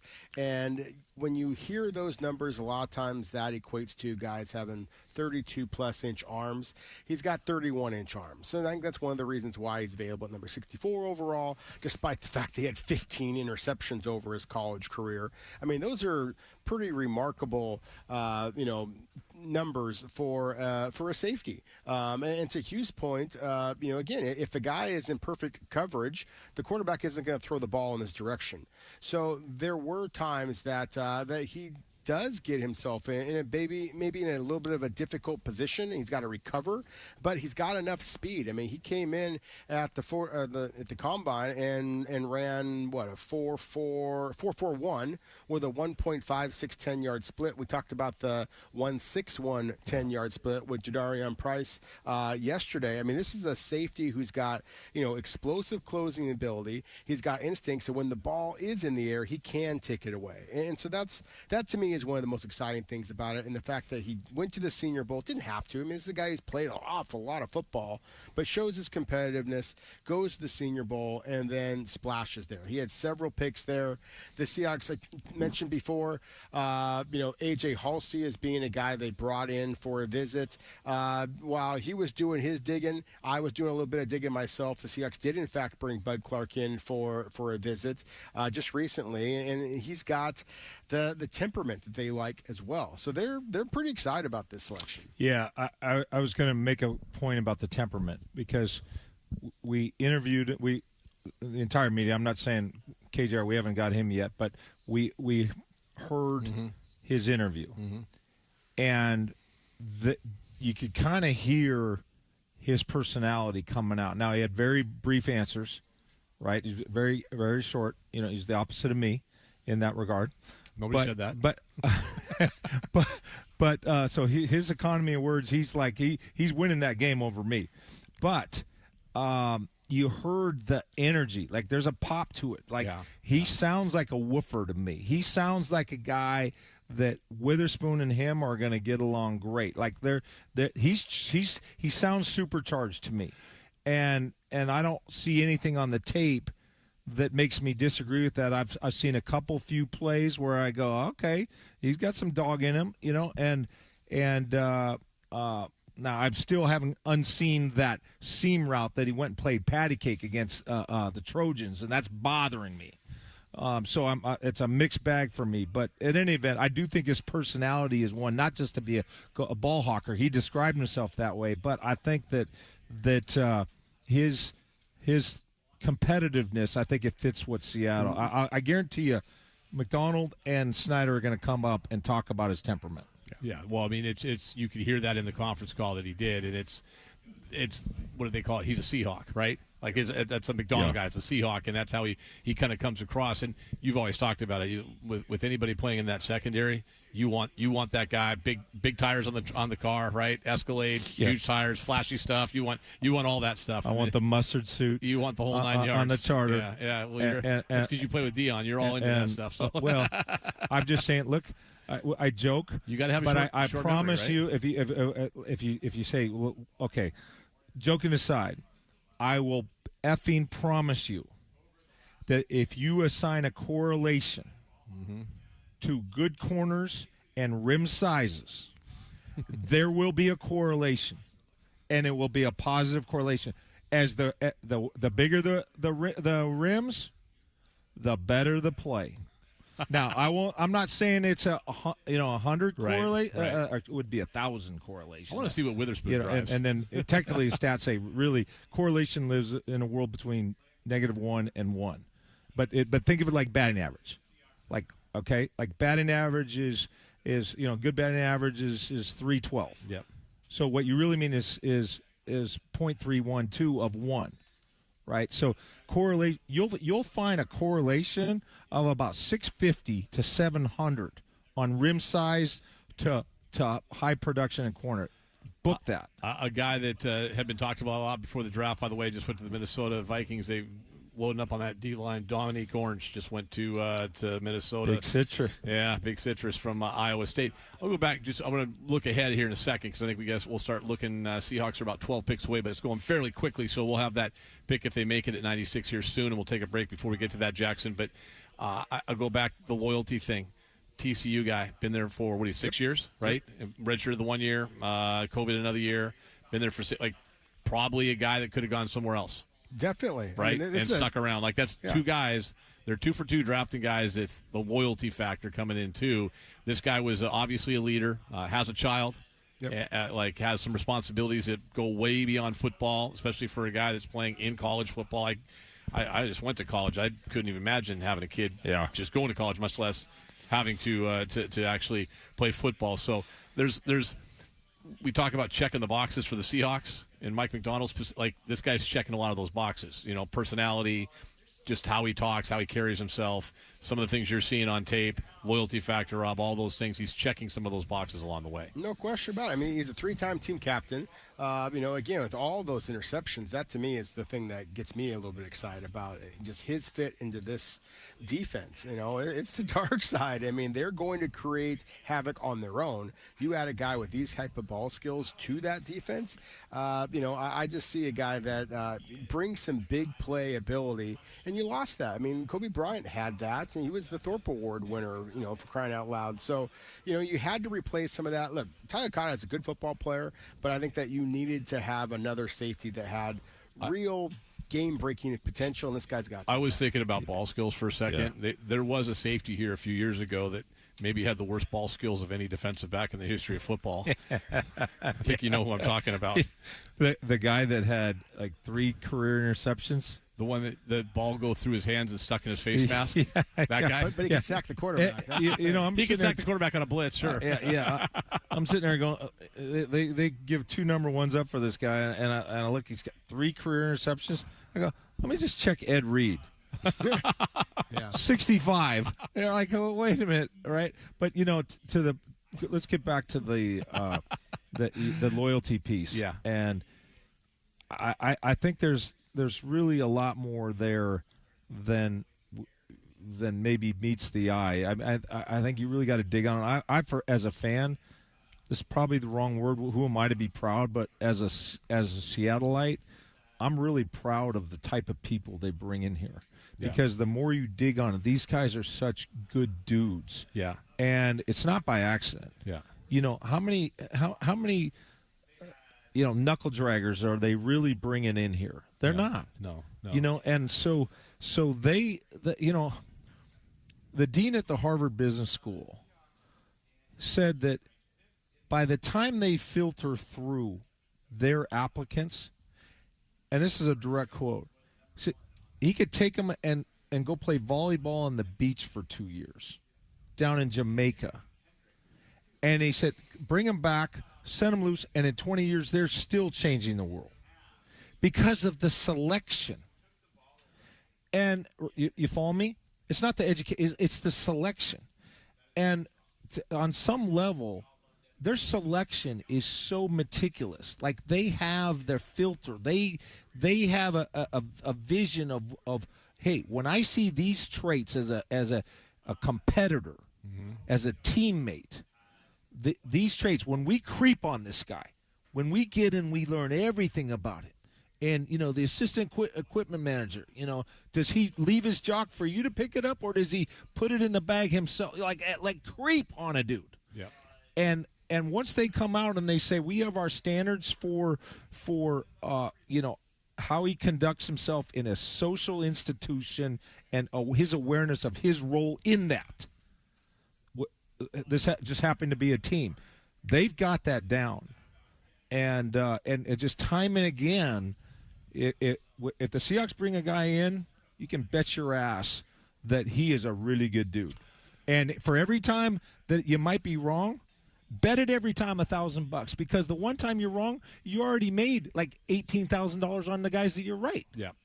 No doubt. All right, let's do this. Let's get a break in before the next pick. Both of you have homework in this short little break we're going to take, and it is short, by the way. It's not the normal KJR break, so if you're listening and running around, it's way back in just a couple minutes. Rob, look ahead. 96. What makes sense? I'm assuming, are there edge rushers out there? There are some. Okay. I mean, they've gone running back. They're addressing needs. There's no doubt about that. Secondary, running back, edge rusher certainly still a need out there. We'll get Rob's thoughts on what lies ahead. You go back to the All-22 coaches tape and keep looking at Bud Clark. Tell us what you see there. We'll come back with more coverage for the Virginia Mason Athletic Center Day 2 of the NFL Draft. We're in round 3. Seahawks getting close to making that selection right here on 93.3 KJR.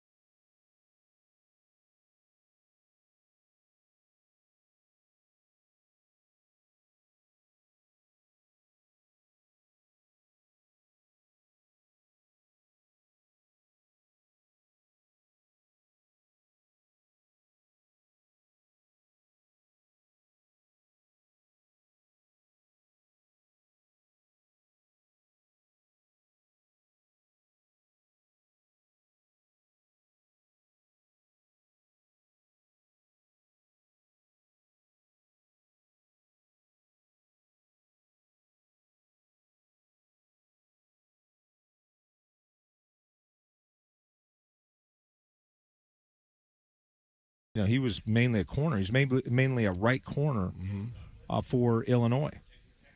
And so I didn't know to the degree to which they play him. Now, his first year, he played a lot more nickel. I'm going to pull it up here in a minute. But this last year with Mike McDonald, Witherspoon has played less in the slot as a nickel than in any year. And so, and I think that's a good move. In fact, we talked about that in the summer. Like, you want to preserve this guy, have him play corner. We had a guy. You don't want him taking on the bigger bodies in the box and things like that. I'm gonna make a crazy analogy, but you're gonna get it. So when I coached out at Mount Si, we had a dude. I'll just say his name is Colby, and that is his name. Colby was at a time our best running back, but he had a couple concussions.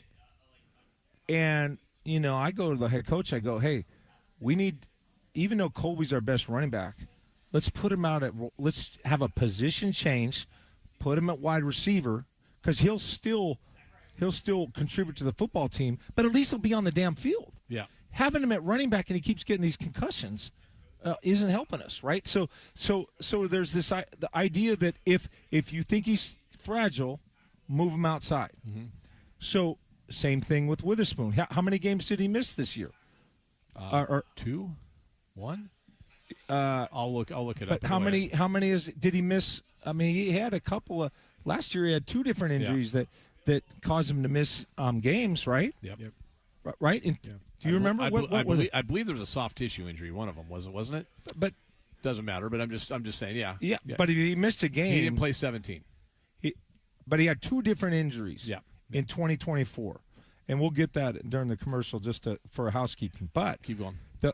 The idea would be like, hey, I know he's a spark plug. He's a live wire as a nickel, but would we rather have a live wire who misses games, or would we rather have him put him outside and let him play more games? He missed 5 games last year. This last year. Yeah. And then what did he miss in 2024? None, but he missed 3 in 2023. Okay. Well, in any event, he's missed 8 games over 3 years. Yeah. That's not the most durable player. I mean, that's. Yeah. I mean, I just, I don't know. You're making your point. You're making your point. I mean, he's missed games. Yeah. And you're trying to protect him. You put him outside. And so the 188 is they'll find a place for him, as they did for Witherspoon, that puts him in the best position to succeed, et cetera. Let's move on because we're getting closer and closer. Rob, what are we looking at in terms of 96? What's there? And would we agree that an edge rusher is kind of top of the wish list right now, if nothing else? Oh, I still think corner is a possibility. But, yeah, let's go edge rusher for a moment. There are 6 guys that I think are especially intriguing that are still available. 5 probably candidates that should go in the next, 20, 30 picks or so. And the one that's one of my sleepers that I know Seattle has shown some interest in that I'm going to mention as well. Joshua Josephs is an edge from Tennessee. He's got that twitch. Jayshawn Barham is another one who's got some twitch to him. He's a former linebacker, went to Michigan. He could check some boxes. He would probably be if I had to kind of hedge a bet, he might be the guy that I would mention here. One of my personal favorites, a little bit stumpier, very physical at the point of attack, is Wesley Williams from Duke. Not necessarily the twitchy, but he's one of the players that I am just pounding the table for. This guy is going to get a second contract in the NFL just because he's violent at the point of attack. He strikes me as a sea hockey type of player in that regard, but isn't the quick twitch edge rusher that I think that they're looking for as a replacement for Boye Mafe. Mason Reiger from Wisconsin, Caden Curry from Ohio State are more of those kind of try-hard guys that you can win with, but you're not going to win because of, so to speak. And then finally, the kind of sleeper, a guy I've been watching here for a couple of years now, maybe to see if I can get him up north, play for my BC Lions, but he went from Idaho to New Mexico, and that's Keyshawn James Newby, who is one of the twitchiest edge rushers in this entire class. And so he would make some sense. I think it's a little bit rich to think about him at number 96 overall, but I don't think that he's going to get all the way down to 188. So if the Seahawks don't have, if they're not feeling good about trading back into this draft or getting something in between this 96 and 188, then maybe they are willing to go for him here. It would be panned by some as a reach, not for me, just because I think that the guy has real closing speed and burst upfield. And then really quickly, corners, same kind of story here. I'm going to throw out 5 names here that I think make some sense. I've talked about a couple of guys that are short, squatty, or more that kind of classic nickel guy. Keith Abney from Arizona State. Malik Muhammad from Texas, I'm stunned, is still on the board. Dalen Everett from Georgia just went off the board a moment ago, so he is now no longer on this list. But Keith Abney, Malik Muhammad, from Texas. Freudian slip. Yeah. Let's see. Jaden Kennedy, another kind of a nickel guy. Chandler Rivers is a player. Actually, I projected the Seahawks to take it number 96 overall in the last mock draft I did for Seahawks.com. And then another kind of sleeper player, and that being Julian Neil, player that I watched a little bit of Fresno State, and then he was okay, and then he goes to Arkansas this year, guys, and absolutely explodes there. And he's another player that had a really nice performance at the Senior Bowl, and then worked out really well at the Combine as well. So if you're betting on traits, Julian Neil is somebody that would make an awful lot of sense as well. If you're gonna, again, if I had to put $5 on it, who I think that the Seahawks might select, I would go with either Malik Muhammad, the corner from Texas, or the edge rusher Jayshon Barham from Michigan. Should we talk about McCoy from Tennessee? The injuries? Yeah, sure. Absolutely. You had him. A lot of people had him really high. Yep. There has to be a red flag there, right? No, the medical, no question about it. I mean, like we all knew the medical, but like this is a significant like for all these teams to pass on him and all these corners to go before him. Yeah. But the talent's there, right? It is, and I had him as a 20th overall to the Dallas Cowboys in the mock draft that I wrote this past weekend on Sunday. Turned it into Fox Sports. It's done. And then got some buzz that he was going to fall and potentially fall hard. So he was the very last player I made any adjustment on, took him out of my mock draft and put him to the Cowboys, I believe, in the second round of the mock draft. I wasn't expecting that he would be available this late, but I was told that he was not going to be a first-round selection. So that's the fact that people reached out to me. And now he's fallen this far. Maybe it is something. I mean, we've been using that term degenerative, and if that is the key, if that is how NFL teams feel, he may make Shedeur Sanders fall a year and go look like nothing. Yeah. This could be a lot worse than that. Yeah. He had a torn ACL. That should not account for this. Reports surfaced late, I think, last week, might have even been early this week, that they've discovered some degenerative elements to his knee through the imaging and what have you.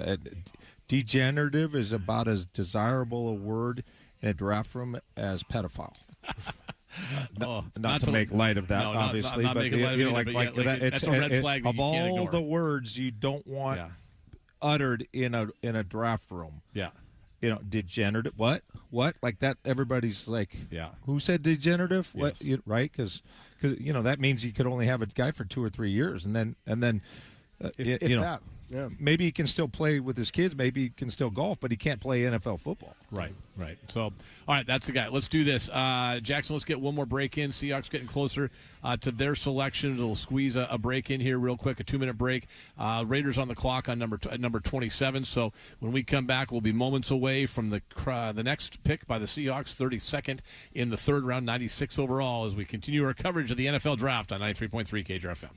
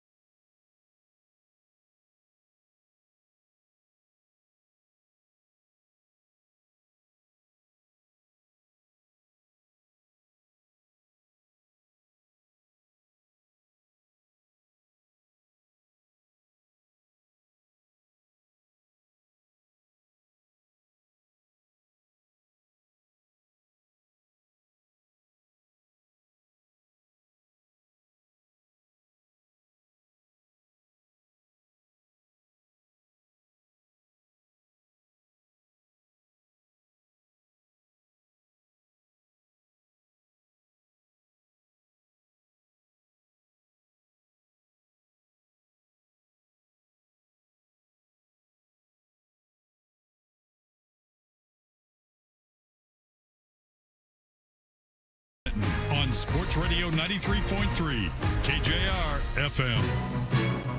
We are back at the Virginia Mason Athletic Center awaiting the Seahawks pick. We're 4 picks away. Rams are on the clock right now. Rob, real quick, anything newsworthy take place while we're in a break? Yeah, just a couple of selections here recently. We've talked a lot about Emmanuel Pregnon, the big guard from Oregon. He went number 88 overall to the Jacksonville Jaguars. And then one of my favorite backs in this draft that was not named Jadarian Price is Kalen Black from the national champion Indiana Hoosiers. Ian, this guy wasn't invited to the combine, and yet he was drafted number 90 overall. And when he wasn't invited to the combine, I mean, I almost lost it. I mean, I don't get on Twitter and complain about things. I mean, it's just there's too many people who do that, frankly, in the world now. But I just could not believe that a guy who was a star for the national champion team doesn't get invited to the combine. I just thought that was ridiculous. And one of the biggest combine snubs in 26 years of doing this. And so I do feel a little vindicated here to see Kalen Black go 90th overall to the San Francisco 49ers, which I'm not a huge fan of that fact from a Seattle perspective. But there are very few people in the world who I respect their opinion more when it comes to running backs than Kyle Shanahan, and clearly he thinks that Black is a good player as well. A guy that didn't go to the combine, Shanahan says, that's cool, good, thank you, grab you right here. It's like when you were stacking your Little League teams as a kid, you tell as a parent, remember this too, not that I would have ever seen this happen in Maple Valley, but you know what, just don't go to the tryouts. For rec ball, you'll find your way onto a team. Take a vacation. I'm talking to you, Darren Balmorris. Kiefer, you guys we'll sit this one out. I mean, that's almost what it is. It's like, okay, this kid sits it out, and Cal Shanahan's like, I'm pouncing, baby. I'm pouncing right now. Yeah. Okay. Hasselbeck. The guard, we didn't talk about guards. So a guard that could have fit here is gone, right? Yep. Guard, this is the weird thing with the guard, and we're just talking about one guard. We're talking about the right guard. Yeah. And we don't know really, unless we have the old Hugh Mill and True Serum fired into their veins and they sat in front of a microphone, what they really think of Anthony Bradford. By all indications, the Seahawks, think more of Anthony Bradford than most, right? Well, I don't know who most are. I think you just take the facts. He's still their right guard. Yes. They haven't replaced him this year. And there's been competition, right? They haven't brought in, high level free agents or draft picks to, Haynes was a third round pick 2 years ago. Yeah. But high is relative term. Right. All I can tell you is what my eyes tell me, that of the 11 guys on the offense, he's the guy that would need replacing the most. Mm-hmm.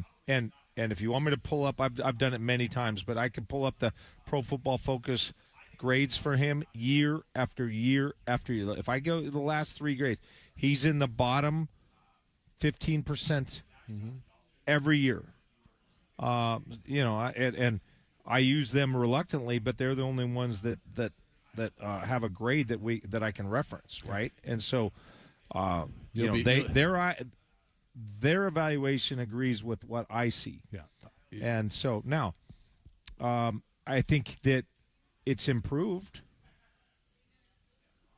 Kenneth Walker was able to function, and Sam Darnold was able to function through the most critical games of the year. Well, I was shocked to know this, Rob, that Anthony Bradford's name came up last night over a couple pops with a couple people I was sitting with. Shocking development that was. Right? Yeah. And you had agreements, too. What are you seeing there on the tape?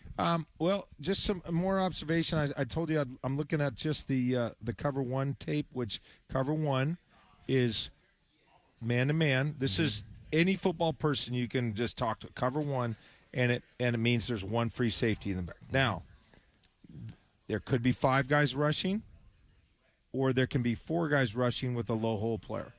But when they play cover 1, TCU, and you say, okay, there's at TCU, there's 2 safeties, and you might ask, well, when they cover 1, is he the post safety, or is he in man to man? Every rep that I saw, he has been assigned to cover. He is not the post safety. So TCU's coaches are telling you that if we want to play man, and I got a choice, I can either have Bud Clark, I don't know the name of the other safety, or safety B. How do I want to do this? Do I want to have Bud Clark play in the post and let him roam and cover ground, or do I want to have Bud Clark manning up in the slot? They always have him manning on the slot. What does that tell you? That they like his man-to-man skills better, or that they like the safety who's in the post, his range a lot more, and they value that more. Far more likely to be the former. Okay. Far more likely, and certainly more charitable to Bud Clark. But I think the truth is they think Bud Clark is better in coverage. Keegan Trost, offensive tackle from Missouri, just went to the Los Angeles Rams of Inglewood. He is off the board. So the Dolphins have a pick in, the Patriots on the clock, then it's Steelers, Vikings, and, well, how about this? The Seahawks are not picking. They're done. There's been a trade. I don't know what it is, but they are not on the clock anymore. 32nd pick is now the Pittsburgh Steelers, so that has been moved. So the Seahawks dropped down like 3 spots, though. Yeah, so they're dropping down to 99. Yeah, they'll have the second to last pick in the 3rd round, and that's a compensatory pick, right? That the Steelers just moved. So the Seahawks aren't picking at 32. They're going to pick, as Rob said, at 39, at 35 in the round, 99 overall. Jess is going to work on finding what the trade was for. You would assume that they would pick up another pick in day 3 if they're moving down 3 spots, right? Yeah. Okay, so the Seahawks, okay, that's the news. We don't know the details. The Seahawks have moved down in the draft, so they're not picking at 32 anymore. They're picking at 35 in this round. That'll be the 99th Ian, I got details for you. And Jackson Feltz coming through in the clutch. Fire away, buddy. Yeah, per Tom Pelissero, it's 99 and 216 overall going to the Seahawks for number 96. 216. Rob, do the math for me. What round is that? That's got to be the 7th. Okay. Is that what it'd be? Okay. All right. So they add 1 pick tomorrow. That would be in the 7th round, roughly, right? 216. To move how far down? Moving down 3 spots. 3 spots. So I can even tell you. Actually, it's the very last pick of the 6th round. Okay, so now they have 2 picks in the 6th round tomorrow. Okay. That doesn't help those of us doing a show at 9 in the morning. He says very selfishly out loud. Was that on the radio? Yes, it was. So, yeah, the Seahawks would have the 216th pick is the 35th pick in round number 6 coming up tomorrow. Their other pick in that round is the 7th pick in the 6th round as well. So, as it stands right now, move down 3 spots, add a pick, 2 picks in the 6th round, so 2-day 3 picks, both in the 6th round, 1 early and 1 late. You? Anything?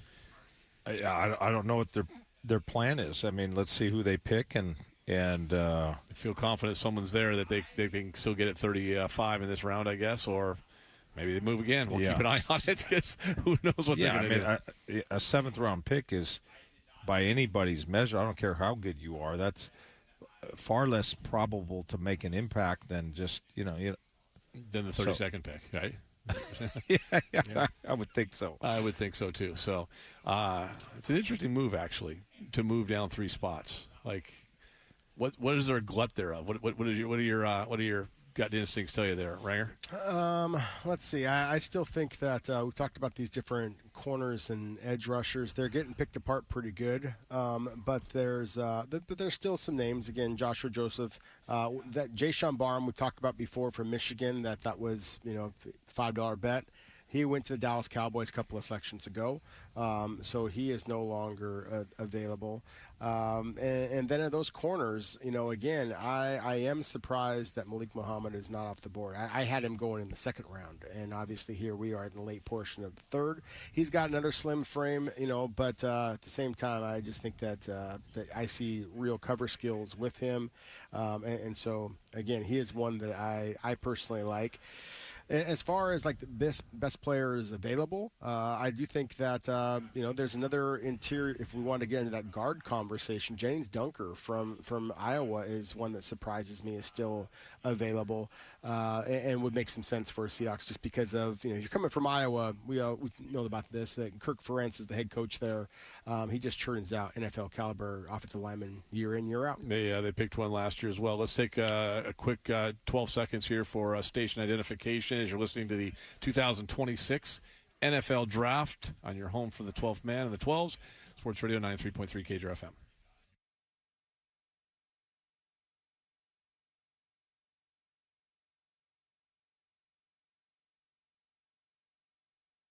All right, Eli Raridan, tight end from Notre Dame, just went to the New England Patriots. Things are nice and calm there. He'll have a good time rolling in there. It's just like playing at Notre Dame. Steelers pick is in, which would have been Seattle's at 32. Then the Vikings have back-to-back picks at 33 and 34 before Seattle picks. And then the Jags right now are scheduled to have the last pick of this, the third round, and wrap up day number 2.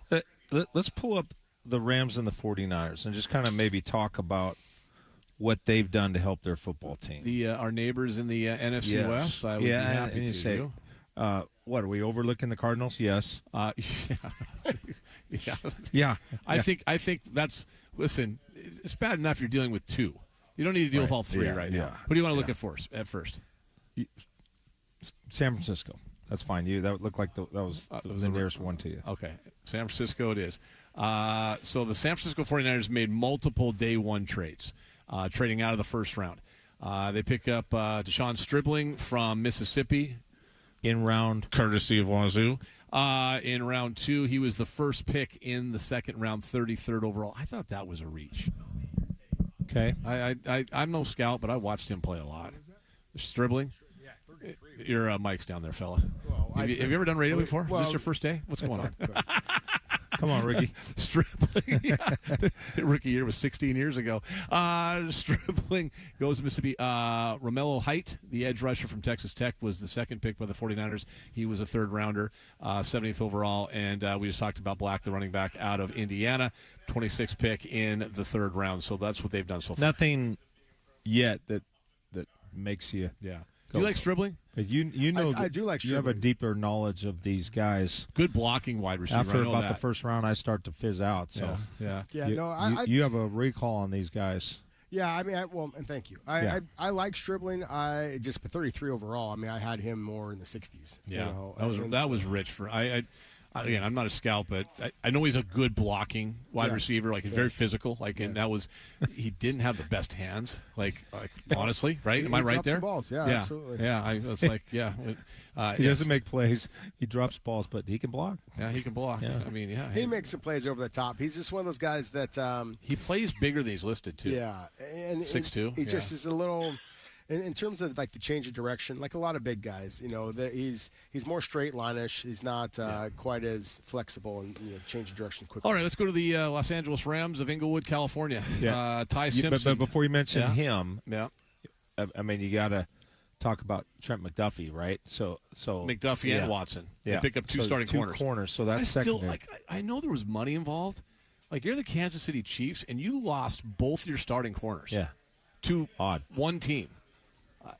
Anyway, so Trent McDuffie and Jalen Watson get added in the offseason as free agents. That was the weakness for the Rams.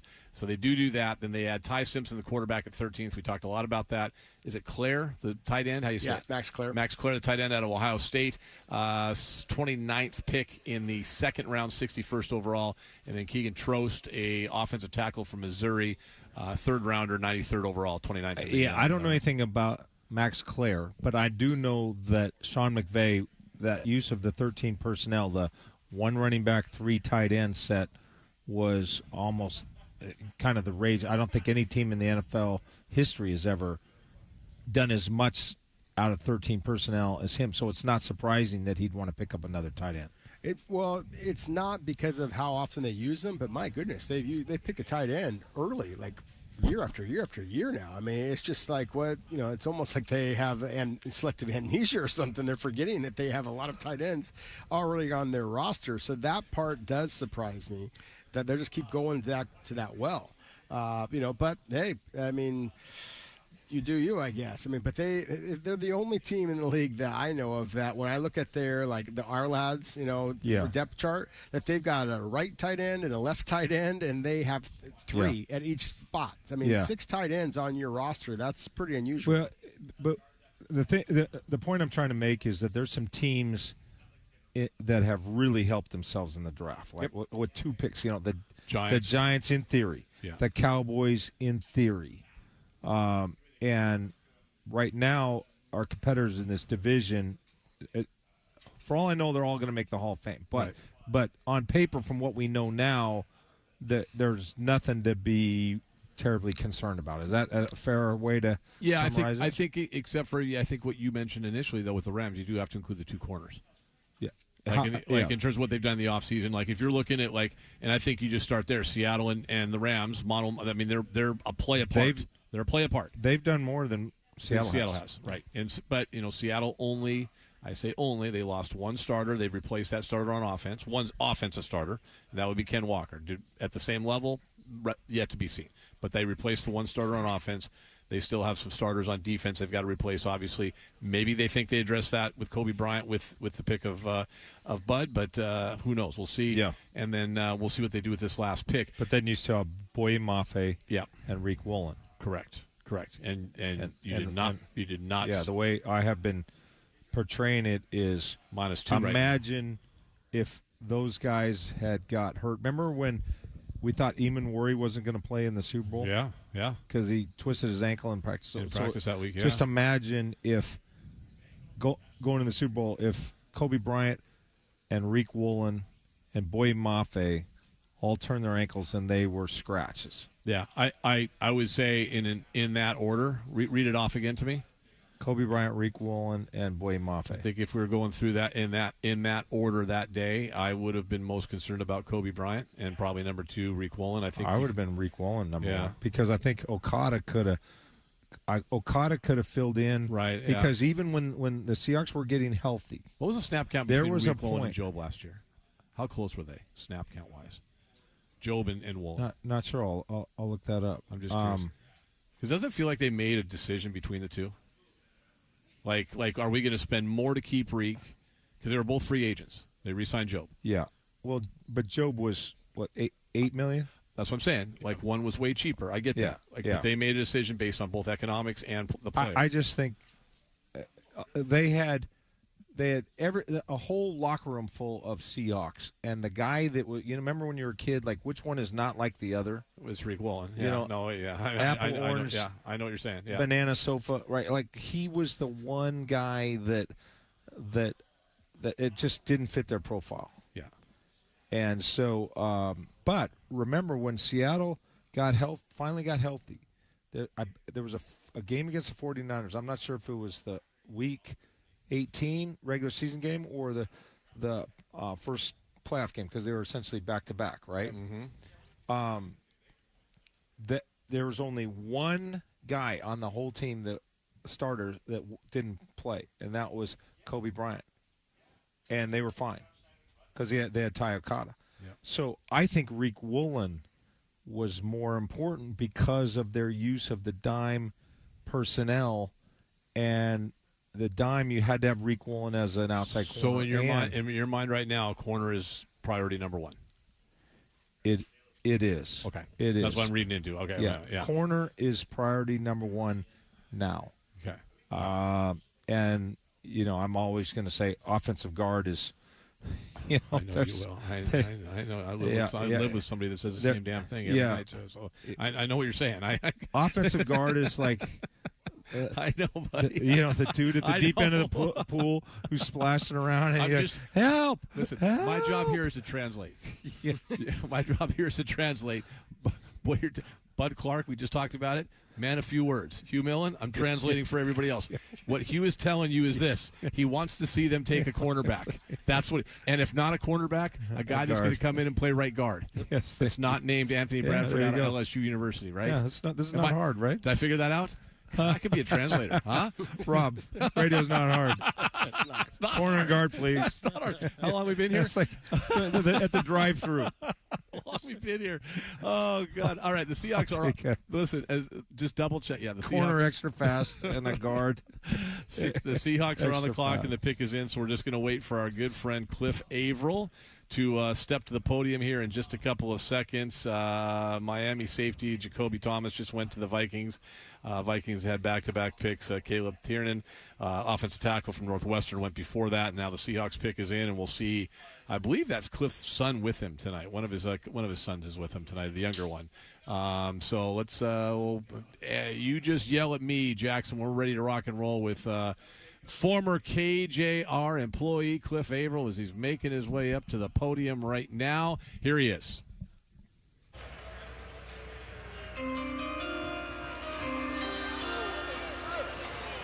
That would have been all bad. With the 99th pick in the 2026 NFL Draft, the world champs Seattle Seahawks select Julian Neil, DB, Arkansas. Let's go, 12s. Okay. All right. So, well, you listen. Cliff said, "I heard Hugh. I heard Hugh all the way back in Renton." Well, I heard him. Yeah, there's more voices shouting. Rob, what do you think?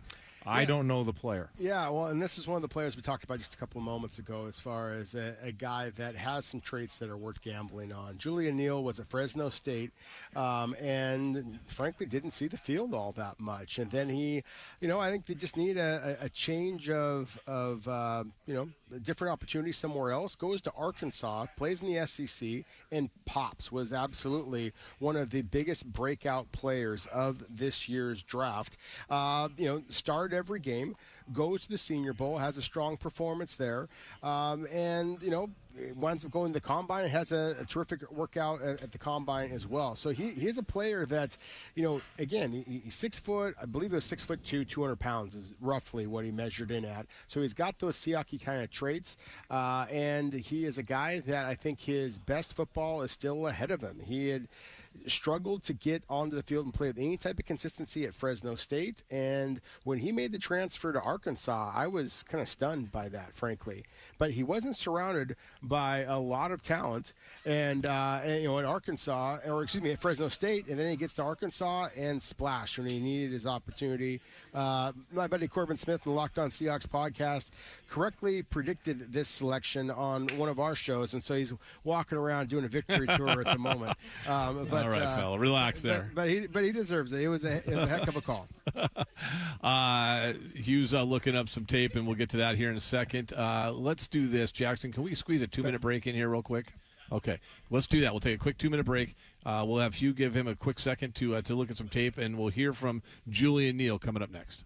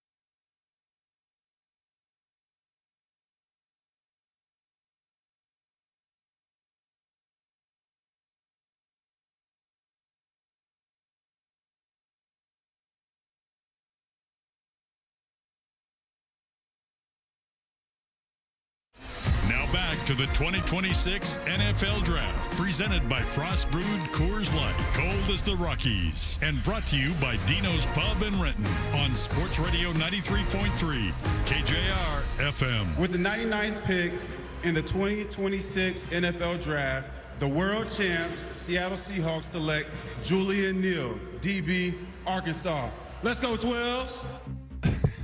Go get him, Cliff. Cliff Averill, one of the greats in Seahawk history, one of our favorite people in Seahawk history, making the announcement with his son up there as well. And you heard it here. So Julian Neil, the third draft pick for the Seahawks for the first 2 days. By the way, Jalen Husky from Maryland, a safety, just went as the last pick in the third round. So day 2 is in the books as far as the NFL draft is concerned. Julian Neil, we'll hear from him in a second when he calls in. We'll go up to the speakerphone and listen to him in just a couple seconds. Hugh, go ahead. Well, I just saw a little bit of tape from him, and let me put some things into perspective. His height at 6'2" is 92nd percentile for corners. At 203, he's 87th percentile. Remember now, percentile. Higher the better. The higher the better. Okay, arm length, 89th percentile. Hand size, for what it's worth, 76th percentile. Hold that. He's calling in right now. We're going to go up to the podium. Do you want to go talk? Well, why don't you go talk to him? Go say hi to him, Hugh. Say hi on behalf of KJR. Here he is. These guys got it covered.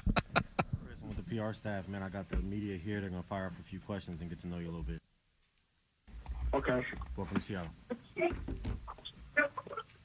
Julian, congratulations. How's it feel to join the defending Super Bowl champions? It feels so good. It feels so good. It feels so good. Did you have any conversations with them in the pre-draft process? How surprised were you to get selected by them at this point? It wasn't a surprise at all. After that meeting at the combine, Larry and the assistant head coach told me, "You most likely going to get picked by the Seahawks, Julian Neil." He told me that to my face, and I believed in him, and they believed in me, and they believed in me. We going back to back this year. Come on. Which coach was that said that to you? Coach Larry, the assistant head coach. Larry Frazier. Yeah. Tell us a little bit about your game, Julian. What kind of player are you? I'm the most physical corner in this draft class. I use my arms to my advantage. I use my length. I use my availability. Never gotten hurt. I've never missed a game in college from being hurt. I come down, I hit something. I'm going to go up and go get the ball. I'm getting interceptions. I'm pressing dudes at the line. I'm locking dudes up at the line. It's box time. How did you take us through? How did you go to Fresno State? How did you end up in Arkansas and all that? So I started out at Fresno State. Played safety. Got moved to corner in 2023. Played a little bit. Had a breakout season in 24. We just felt like it was time to just show the world that I could play at the highest level of football. Entered the portal. Got to Arkansas. And now I'm here. Top 100. Julian, you seem to excel in zone and in off coverage. Can you talk about how you like playing in those kinds of defenses? Wait, can you repeat that? Yeah, you seem to excel in off coverage and in some zone looks. Can you talk about that part of your game? Yeah, in zone, I'm able to read offensive line. I'm able to read the QB. Watching film really helps me a lot with learning the tendencies of receivers, especially being off at 7 yards. I can read the steps. Just me being big, I know they have to run around me. They can't run through me. I know I protect the top of the line at first. Come down, go get an interception. I can read. I can read it. I can read when they're gonna run. I can read when they're gonna pass. I know pass concepts, and I watch film. The Seahawks, did they talk to you? Coach Frazier talked to you about a safety more or corner or what, both? They like my versatility. They like me there. They like my versatility. They want me at corner. You know? Yeah, they want me at corner. Where are you talking to us from, sir? I'm in San Francisco right now. Born and raised.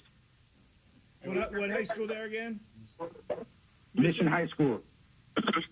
I read you had an offer from Eastern Washington as a receiver at a high school. Yeah. Obviously, you've been to the state of Washington before, I take That was during COVID, and I didn't get to visit. But yeah, I guess it was just meant to be, man.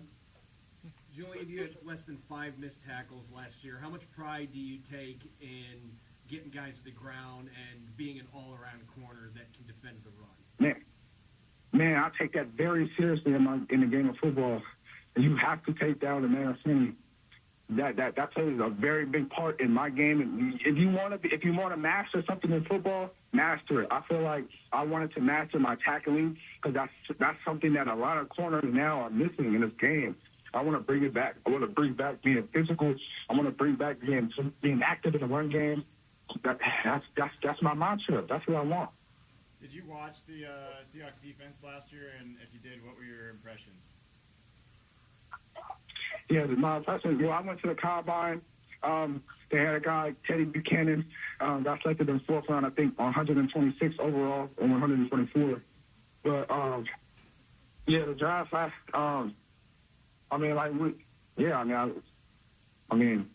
That was last year. I felt like I wanted to be there this year, and I was able to get in that top 100. Did you watch the Seahawks play defense last year? Did you watch the Super Bowl? Any impressions of the Seahawks? Yeah. They're a very physical team. They like big corners. I feel like I fit well with that. I could fit in their scheme. Their head coach, my corners coach, that coached at Arkansas, was the assistant corners coach at the Seahawks 2 years ago. So it was just meant to be. He told me, man, Julian, I'm going to paint a scenario for you. It's in the 4th quarter. It's a critical time. You get the huddle call or from the sideline. What's the coverage? What's the defense that you like the most? That you say, yeah, that's the one I want to be in, and what's your role in that? So we're in a 4-2-5, country cover 3, basically a true zone. Wait, you said we're in the 4th quarter? Yeah, 4th quarter. Any important situation? What's your favorite defensive call and your role in it? So you're saying you're playing country cover 3? Yeah. Oh no. We playing man. Okay, I'm gonna go punch him. I'm gonna go punch on somebody. They're not getting past me. And if you get past, I'm gonna look back for the ball and I'm gonna get that. Simple. And I'm gonna go and punch somebody at the line. Love it. Now, are you in off coverage or in press in this situation? I'm in press. I'm all up in your face. Okay. I'm gonna get down and dirty with it. Come on. Julian, how many different positions have you played on defense throughout your career? The different safety positions, nickel, all those sorts of things. Yeah, I play nickel, corner, safety, a little bit of linebacker in a package and a dime package. It just helped me over years to be able to have my versatility and be able to move and just learn defenses, and that's why I'm here today. Who are the Seahawks getting as a person, not just as a player? They're getting a great person, but an angry bird on the field. I can tell you that much. And I'm a great person off the field. They're going to get a great player in the locker room. They're going to get a hypey guy. They're going to get somebody who's going to bring the energy, but also be serious when it's time to go. What's your why, Julian? My grandpa, he died in 2022, cancer. He died on the game. He died on the game when we played Wyoming. He died that day before my game. He died 2022. I'll do it for my grandpa, man. Rest in peace, Jadarian Neil. Seahawks. Thank you. Congrats. Thank you, Julian. Congratulations. All right. Wow. We've been doing this for a while. He was making his way back here. We've been doing this for a while. Many years we've been doing this. I don't think Sherm was that way. That guy is. He's ready to go right now, Rob. Yeah, I can understand why the Seahawks are in love with this kid's personality. I mean, just because he is he's passionate. I mean, there's a little bit of I immediately thought of Richard Sherman just because of just the bravado. Yeah. You know, in that he wants that smoke. You kind of talk about like with a Mariners reference there, something we've heard. Josh Naylor kind of talk about in the past, and I just think that the thing is it's easy to say these types of things when you're in an emotional situation like being drafted, among the top 100 after playing at Fresno State again. He didn't become a starter until his senior season, and then took an opportunity to transfer to Arkansas, and that's really where he kind of changed his whole storyline here. So you can understand all of that, but when you watch him on tape, that's the thing. It's like it's not just all empty talk. I mean, this is a guy that does play with physicality. He does have the size, the length. He mentioned the fact that he was coached by a former Seahawks coach. That former Seahawks coach is Nick Perry, who spent the 2024 season with the Seahawks as a defensive assistant. So he does have some familiarity there. And then he referenced the fact that the conversation with Leslie Frazier at the Combine, where the Seahawks had already shown interest. So clearly, there has been some ties here that he felt comfortable with, and the Seahawks felt comfortable with. So I'm intrigued. It's, to me, one of the interesting storylines here, and this is something I should have thought about a little bit more. As I said, I get angry when I don't, see these things coming. The Seahawks have not dedicated early draft picks on corners, with the obvious exception of Devin Witherspoon. But otherwise, with the John Schneider era, it's generally been third round or later in draft picks. They like to develop players, and clearly there is some talent here with Julian Neil that is worth developing. All right, Hugh, I got it. I want you to comment on something, but Jackson's got it ready. And Jackson, I agree with you. I'm getting a text. We've been doing this for a long time. Jackson says, "Oh my God, that was incredible! The best audio ever, especially on one of those settings with the speakerphone. Usually and there was a lot going on there." Jackson, play the tape. I'm the most physical corner in this draft class. I use my arms to my advantage. I use my length. I use my availability. Never gotten hurt. I've never missed a game in college from being hurt. I come down, I hit something. I'm going to go up and go get the ball. I'm getting interceptions. I'm pressing dudes at the line. I'm locking dudes up at the line. It's box time. Hugh then pulled off, Radio 101, and you knew what you were going to get. You knew what you were doing. I saw it from all the way to the back of the room. Take a listen. Julian, I'm going to paint a scenario for you. It's in the fourth quarter. It's a critical time. You get the huddle call or from the sideline. What's the coverage? What's the defense that you like the most, that you say, yeah, that's the one I want to be in, and what's your role in that? So we're in a 4-2-5, country cover three, basically a true zone. Wait, you said we're in the fourth quarter? Yeah, fourth quarter. Any important situation? What's your favorite defensive call and your role in it? So you're saying you're playing country cover three? Yeah. Oh no. We playing man. I'm gonna go punch him. I'm gonna go punch him. I'm gonna go punch on somebody. They're not getting past me. And if you get past, I'm gonna look back for the ball and I'm gonna get that. Simple. And I'm gonna go punch somebody at the line. Love it. Now, are you in off coverage or in press in this situation? I'm in press. I'm all up in your face. Okay. I'm gonna get down and dirty with it. Come on.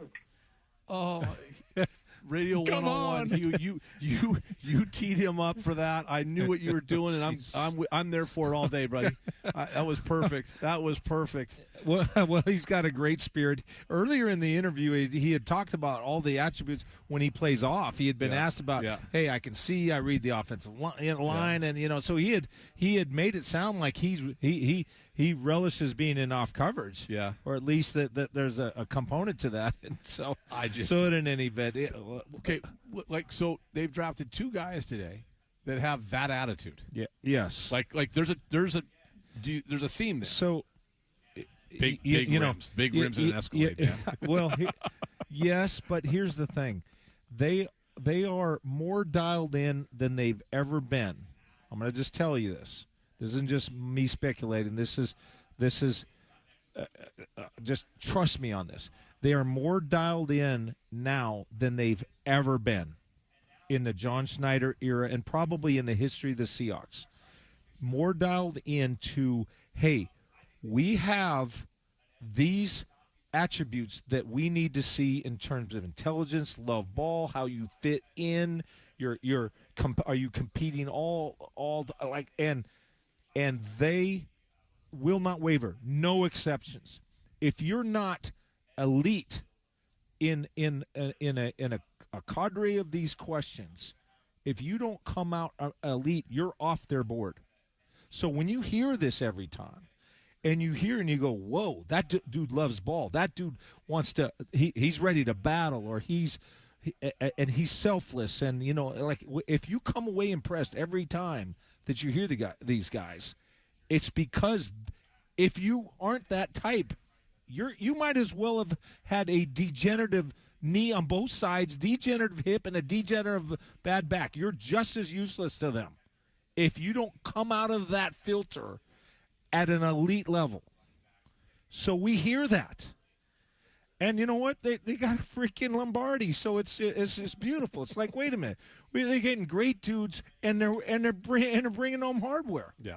Like what else could you want? Well, there's a hunger coming into a locker room that's already won it twice. Obviously the first iteration, these guys aren't here anymore, but you come into a locker room, and everything's raised up. The level has been raised up. Yeah. Rob, would you agree with what he was saying there? Oh, very much so. I mean, I think that they just have he uses these words that I don't know how to use, but I just use filter as my way of kind of articulating a similar point, is that they just have certain filters that they use, and that there's, at the end of it, there's only certain players that actually are the Seahawks, the kind of guys that they want. And, one of the points I was trying to make is that they're that bravado that reminded me of Richard Sherman. I mean, tell me if this doesn't remind you of Richard Sherman. This is a kid who played primarily at the wide receiver position throughout high school. When he did sign with Fresno State, he was a wide receiver. He made the switch to cornerback. When he decided, it was Kalen DeBoer, by the way, who was at Fresno State at that point, but that's a whole other storyline. When he decides to transfer and goes in the portal, he initially agrees to go to Stanford, which of course where Richard Sherman played, and then wound up instead going to Arkansas because that's the higher level of competition than Stanford. Let's be real, And so he goes to the SEC, and then again balls out, So I just think that it's exactly the type of storyline that you're looking for, because you want players who are on the upswing. And if you're going to be gambling in the third round, number 99 overall, then get guys who have that, you filter down, that play at the physicality that you're looking for, that have the length that you're looking for, and then just have the bravado, the intelligence, that has translated into success for the Seahawks in the past. I wish. I mean, it's so long ago, and different systems and computers and stuff. I don't even remember, because it was a day 3 pick. We would have been here.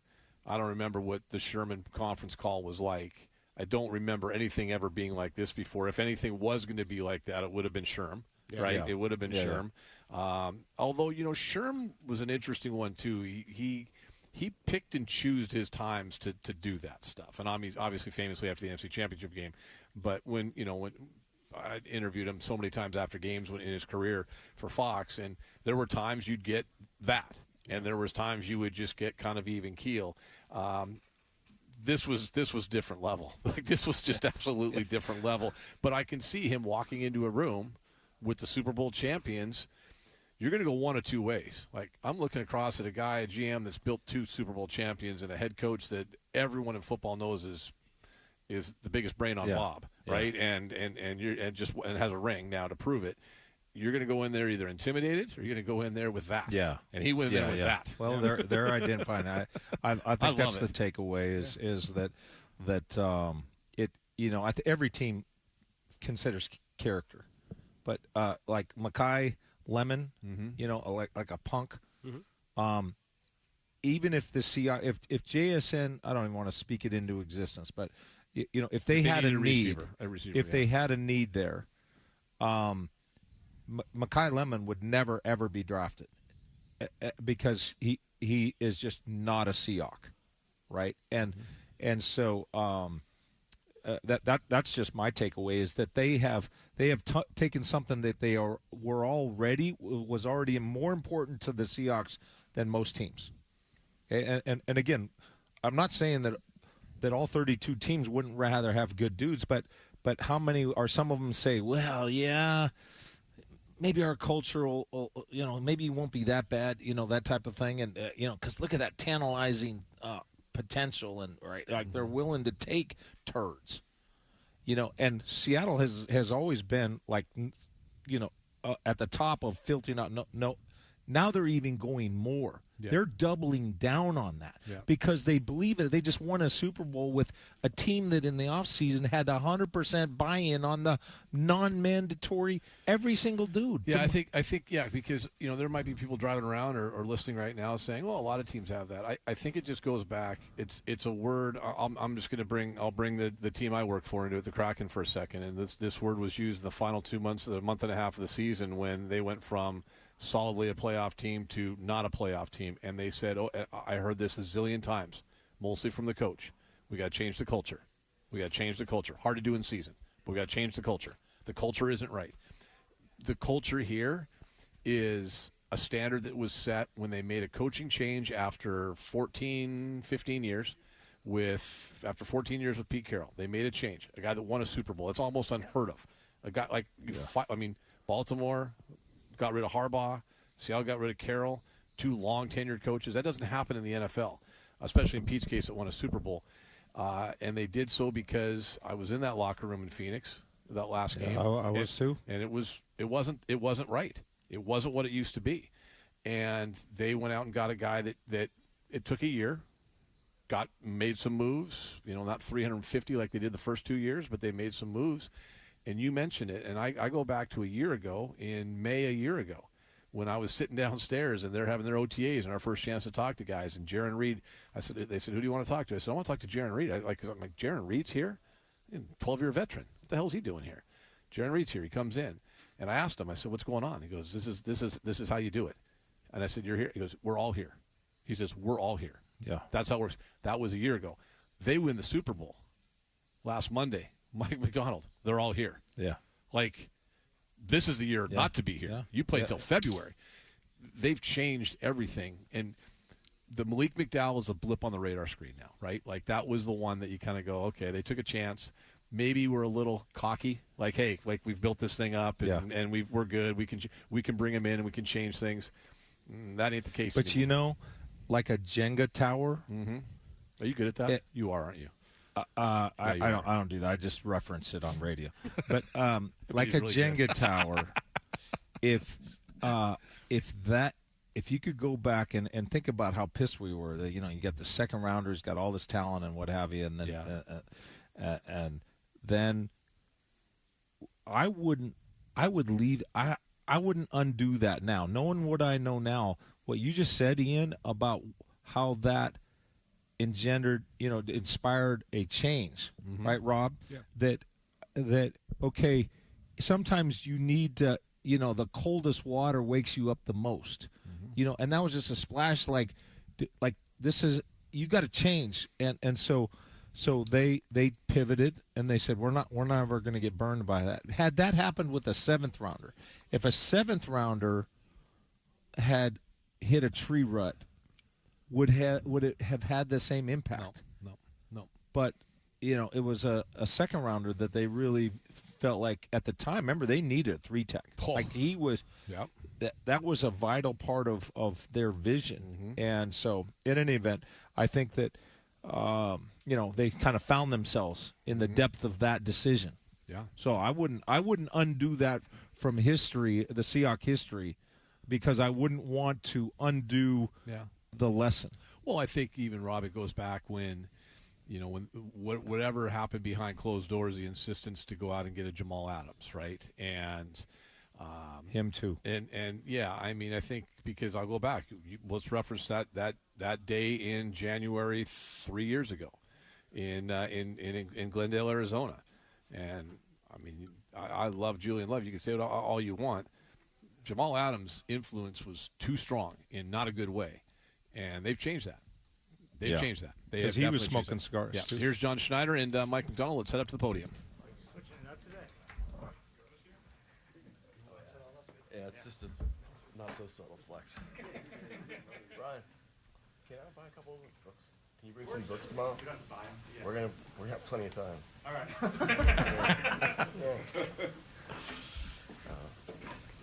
Yeah, great day.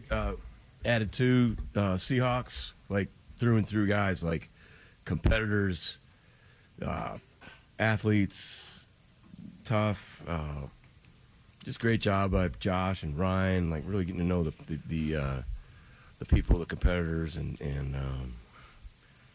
yeah, it was a fun day, and we were able to make a trade. So we give Pittsburgh a lot of credit for doing a great job and working with us. We had a number of can't wait to get these guys crud. We had a number of teams like kind of go away on us, but anyway, yeah, no, it was a great day. John, we've heard you talk about wanting to get draft picks who are going to come in and come in with the mindset of wanting to compete with guys and just raise that level of. Absolutely, yeah. From talking to these guys for 5 minutes on a conference call, they sound like they're going to bring some of that. Yeah, yeah. Yeah, it's interesting. Dave told us that Julian was like that with you guys too. In reputation-wise, he's just been a fairly quiet guy, but like he's a really confident athlete, and he's been through a lot.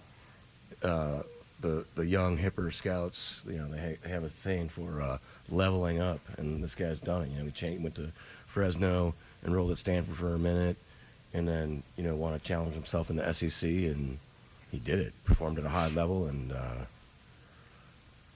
they're both really confident guys. Bud's gonna be fun too. He's a blast. Mike and I were talking about like the personalities like throughout the process. Like, man, if we put Bud and Spoon in the same room, like what's gonna happen? Nick in his second year, so. You prioritize how much more digging do you have to do to find those qualities that you guys are drafting? A deep dive, if you may. Yeah, deep dive. Yes, yeah. Go back and do a deep dive. No, our guys just do a great job of getting to know the people, and we have a great cohesion in our room. All the guys that go over the top to the schools too. Aaron and JB and Jason Barnes and Matt Berry and Trent and all the cross-checking that goes on, and then all the interviews we have with the guys, at the All-Star games throughout the spring with the scouts, and then when the coaches come in, all those Zoom meetings are just so important, and then having the guys in here as well. Bud came in on a 30, and everybody had a blast with him. Mike, Julian told us that at the combine, Leslie told him he was going to be a Seahawk. I guess what at the combine in that interview stood out that Leslie would have told him that? Well, I think there's clearly like a competitor and a confidence in there. Takes a lot of pride in how physical he is. At the corner position, he's played safety as well. But yeah, Leslie looks like a pretty smart guy. It's pretty cool. Turns out Leslie's knows what he's doing. Regarding Bud, how important was it to replace Kobe and say, let's have similar attributes in that regard, or did that not steer your thinking with him at all? Yeah, I don't think we think through like in those terms that we're not trying to replace anybody. We're just trying to find like the best people for us. And Bud has like a really great, cool, like exciting skill set and personality, competitive spirit to him. I mean, like the thing, we're not just gonna play him at safety. He can play nickel. Could probably play corner for us. We'll figure that out kind of as we go and how the team kind of shapes out. But we got some really great players at safety too that are going to compete. I mean, Ty Cotta won a lot of games, helped win us a lot of games last year. Rodney Thomas is a guy that we're really high on. A lot of guys. So it's going to be a lot of great competition. But Bud has the skill sets that we're looking for in our secondary play with the competitiveness, the ball skills, the man-to-man ability, that type of stuff. You guys obviously didn't know at the end of day one who you were going to be able to get on day two. Now that you have that behind you, like, how did the draft fall relative to how you were hoping it would fall through 2 days? Yeah, Matt Berry sent me a text on Friday morning with these 3 guys' names. It's like, okay, so, and we did like kind of, like, you know, like just kind of scrimmage this out a lot, like, you know, through, okay, is it a runner or a corner or runner, you know what I mean, all the way through it like that, and no, we're really excited, yeah, just to be able to, you know, that balance of, you know, best player, team need, really held true. So, yeah, it was exciting. Was that last Friday? He texted you that, or was that? Sorry, I apologize. Thursday morning, yesterday morning. How Oh my important was it God. to add another pick? Obviously, It's huge. As well. Yeah, we almost added another one too, but we decided to stay in pick. So. Oh, which pick was that? Sorry? Which was that? Was the third round pick or the second round? Oh no, well, I'm not gonna tell you. Yeah, I mean it's a great try, but. Mike, to add to your culture, how difficult is it to project these 24, 22 I'll tell you later. from a different program across the country and how they're doing? What do you consider to try to mold them into the culture?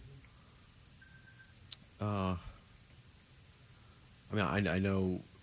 I don't know how much it's changed. You know, I mean, like I think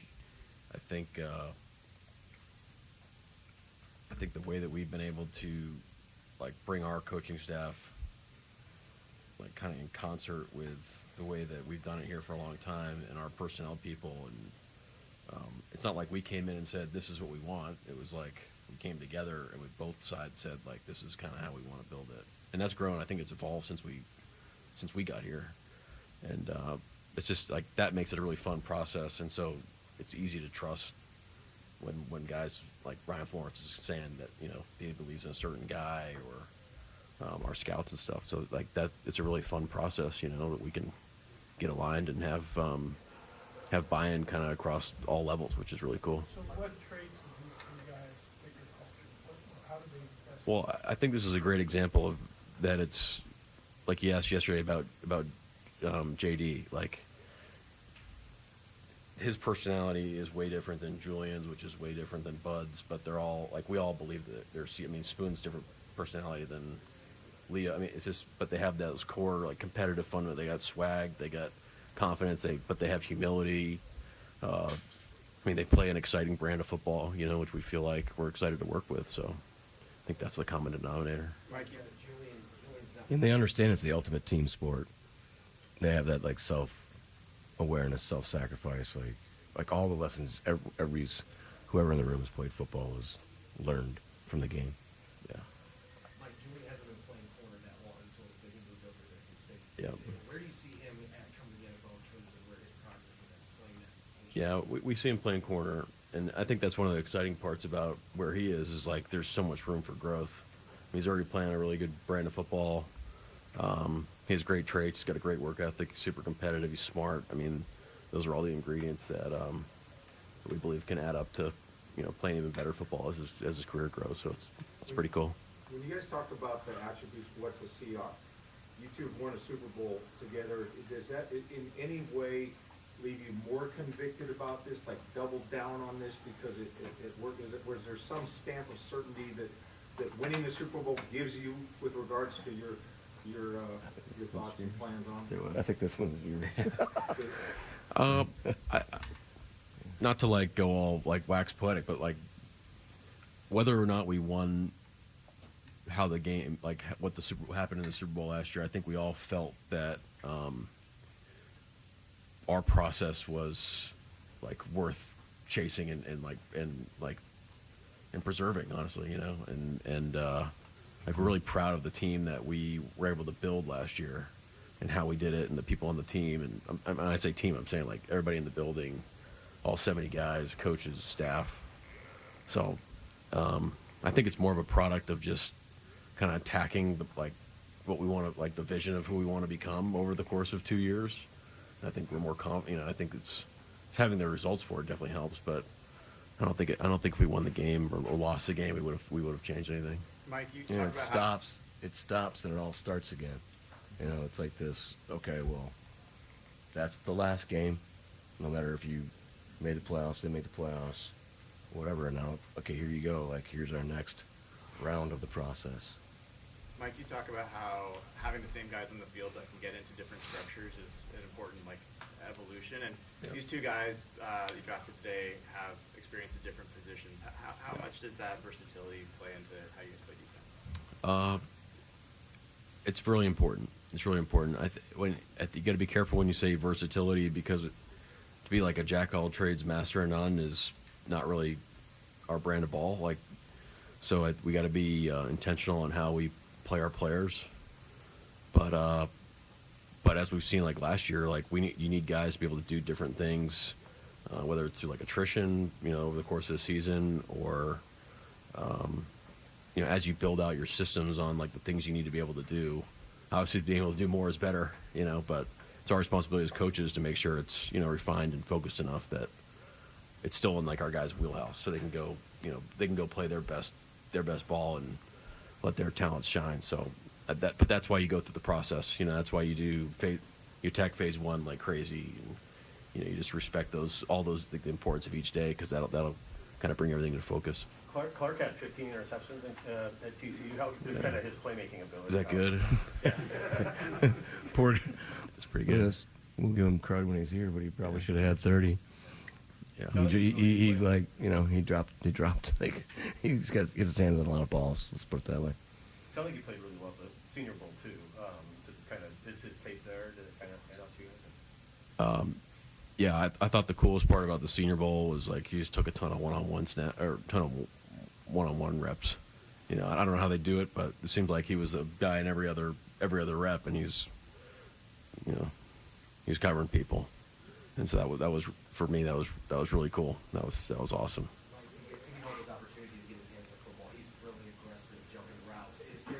Is there, I guess, how much of a balancing act is there when you're dealing with NFL quarterbacks, NFL offenses with you wanting to play aggressive, but you also, this is the NFL. Yeah, it's a good point. It's a balance, right? We want to train them the way we train our people and play within the system, but you can't coach the player out of the player. So I think that's going to come, again, you got to go through the process. You got to get a good feeling for the things that he's seeing, and then that's why you practice. Just go make those decisive decisions in practice, and then kind of go through the process that way, and coach him up and go, kind of just one play at a time. But the thing you can't coach is his ability to go get it. So that you don't want to take that away from him. Obviously, there was the attempts earlier on to try and move down and work out, but staying where you were for the most part, and still getting these guys. Julian saying, "No, we're going to go back to back." Getting those kind of guys. What did you say? He said we're going to go back to back. Julian said that? Wow. We'll talk to him about messaging. Maybe it was the wrong scouting report. No kidding. He's a confident sucker. That was your question?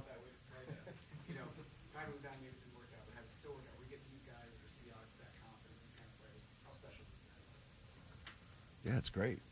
It's like Brian Fleury would say, it's very enjoyable.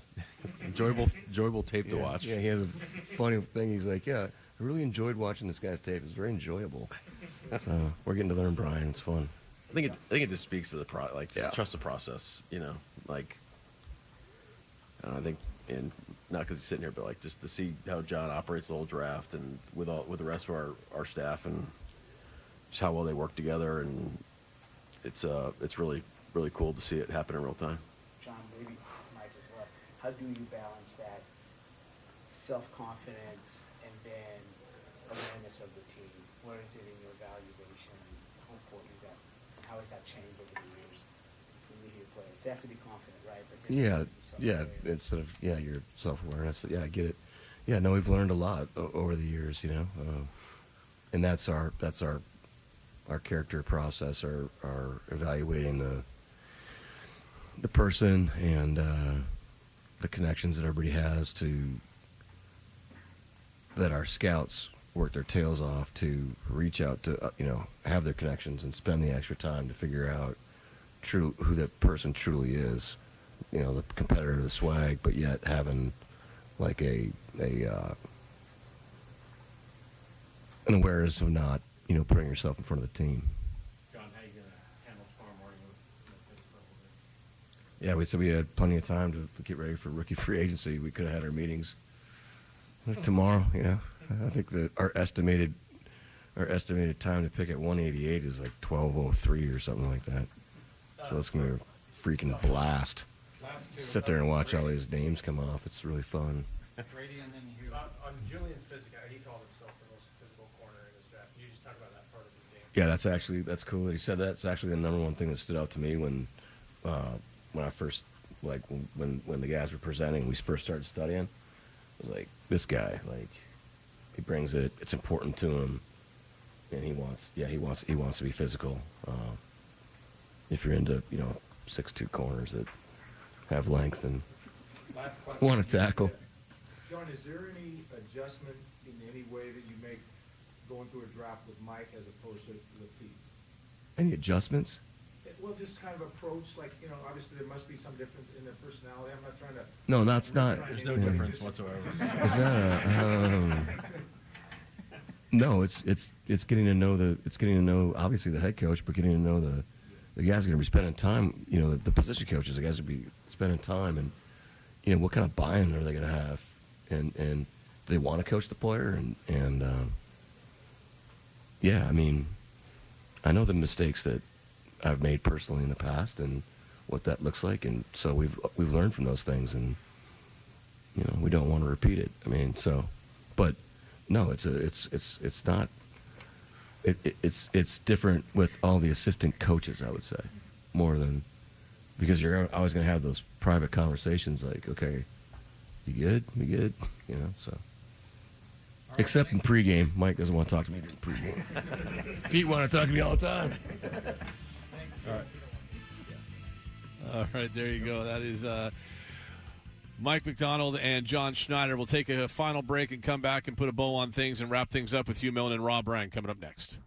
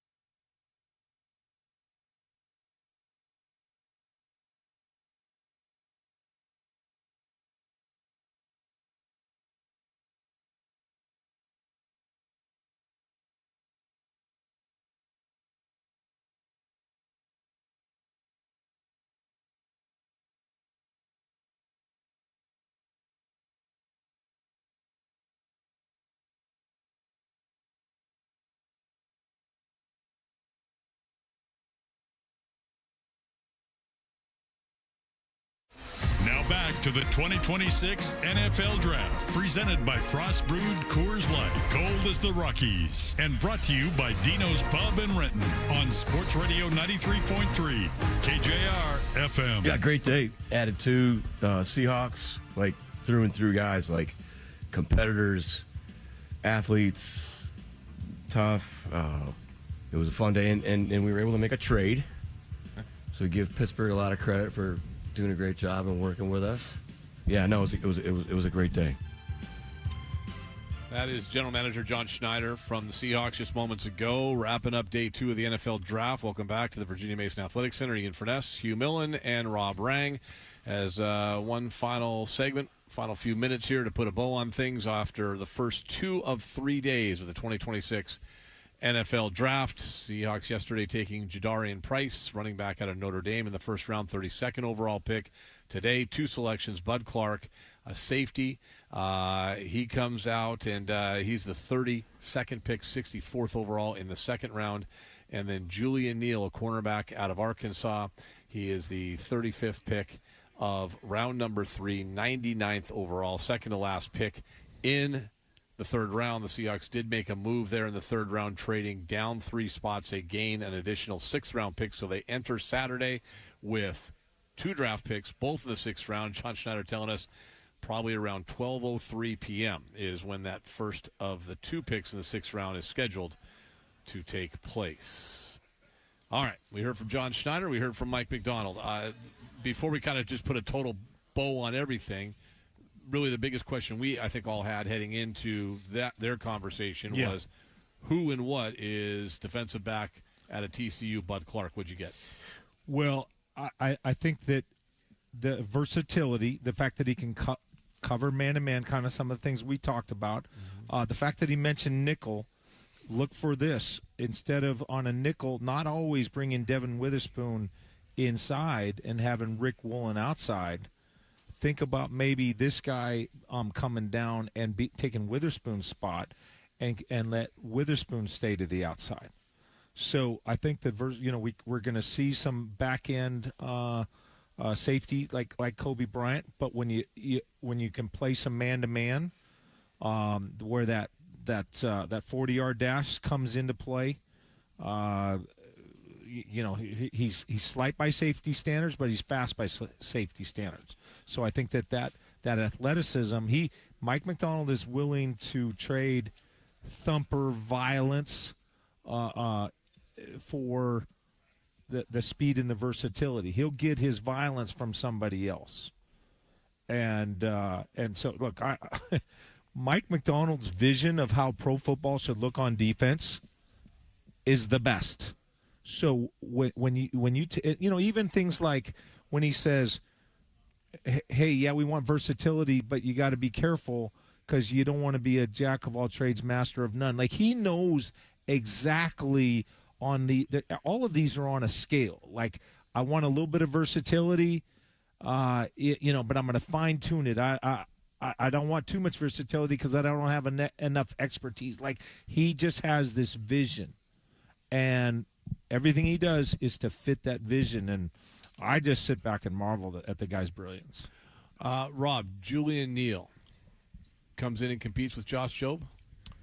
I think he does. I think he certainly is going to be competing with Nehemiah Pritchett, to be the guy behind, Josh Jobe and certainly Devin Witherspoon on the outside corner spot. I mean, he's, 6'1", 200 pounds. So to me, that just screams kind of outside corner.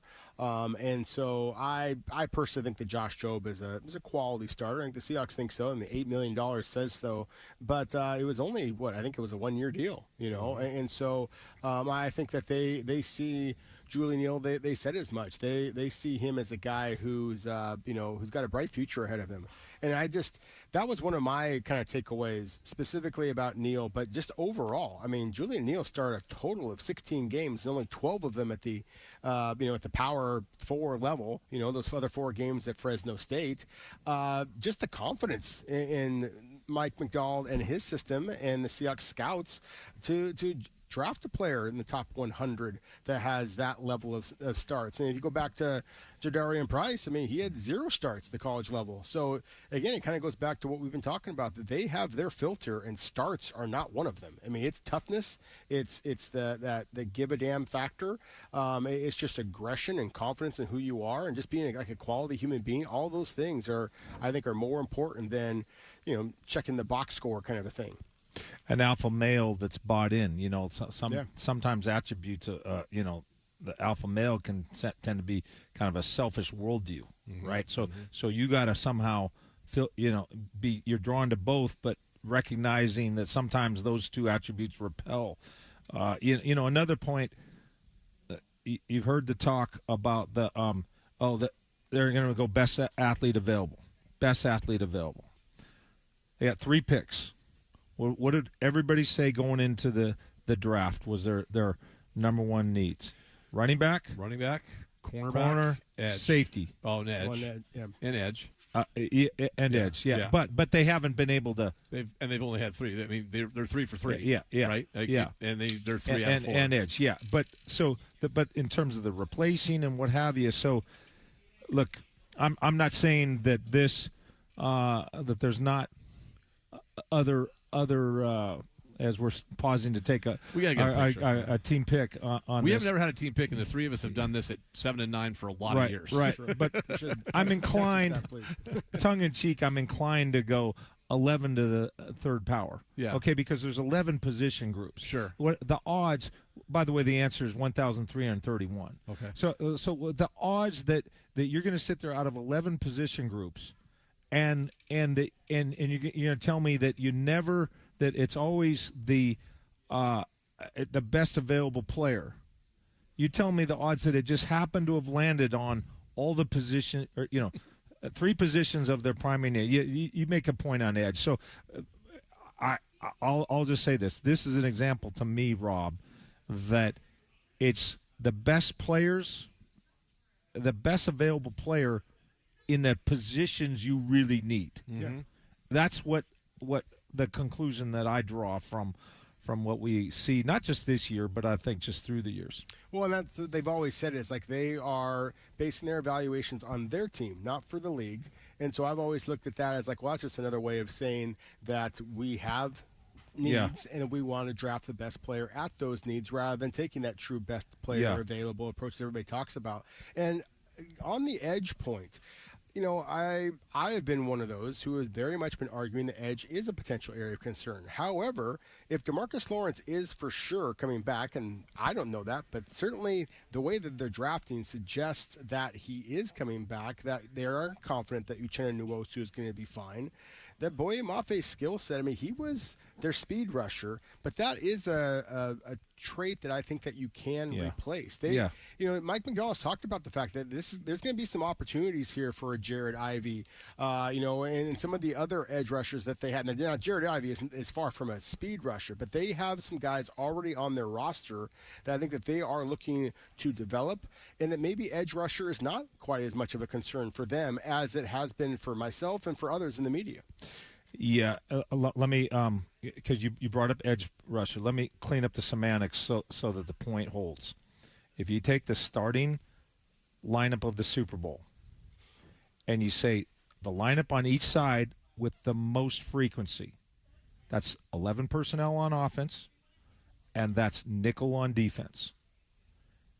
The Seahawks lost 3 starters off of both sides. Out of 22 players, they lost 3 starters off their most frequently used position group, and they replaced starters on all of them. Yeah. Yep. Running back and the 2 DBs. All right, we're out of here in about a minute and 30 seconds or so. Quick final thought from you, because you're heading out. You're saying goodbye. Well, I'm disappointed that they with the 2nd round pick, and you know what? I have company in that, and it's certainly John Schneider and probably Mike McDonald. He had a little bit more of a poker face, but I can say with the second round pick, the first round pick, not to be able to move out. I'm sorry. Yeah, not be able to move down the second round. I'm sorry. Let me say it again. I'm disappointed in the first round pick that you weren't able to move down to the second round. Yeah. And yeah, you still got a position of need, and so from that regard, there's a little bit of a disappointment. But I think the players, Rob, the players they got, absolutely position needs. They're Seahawks. They seem like dogs.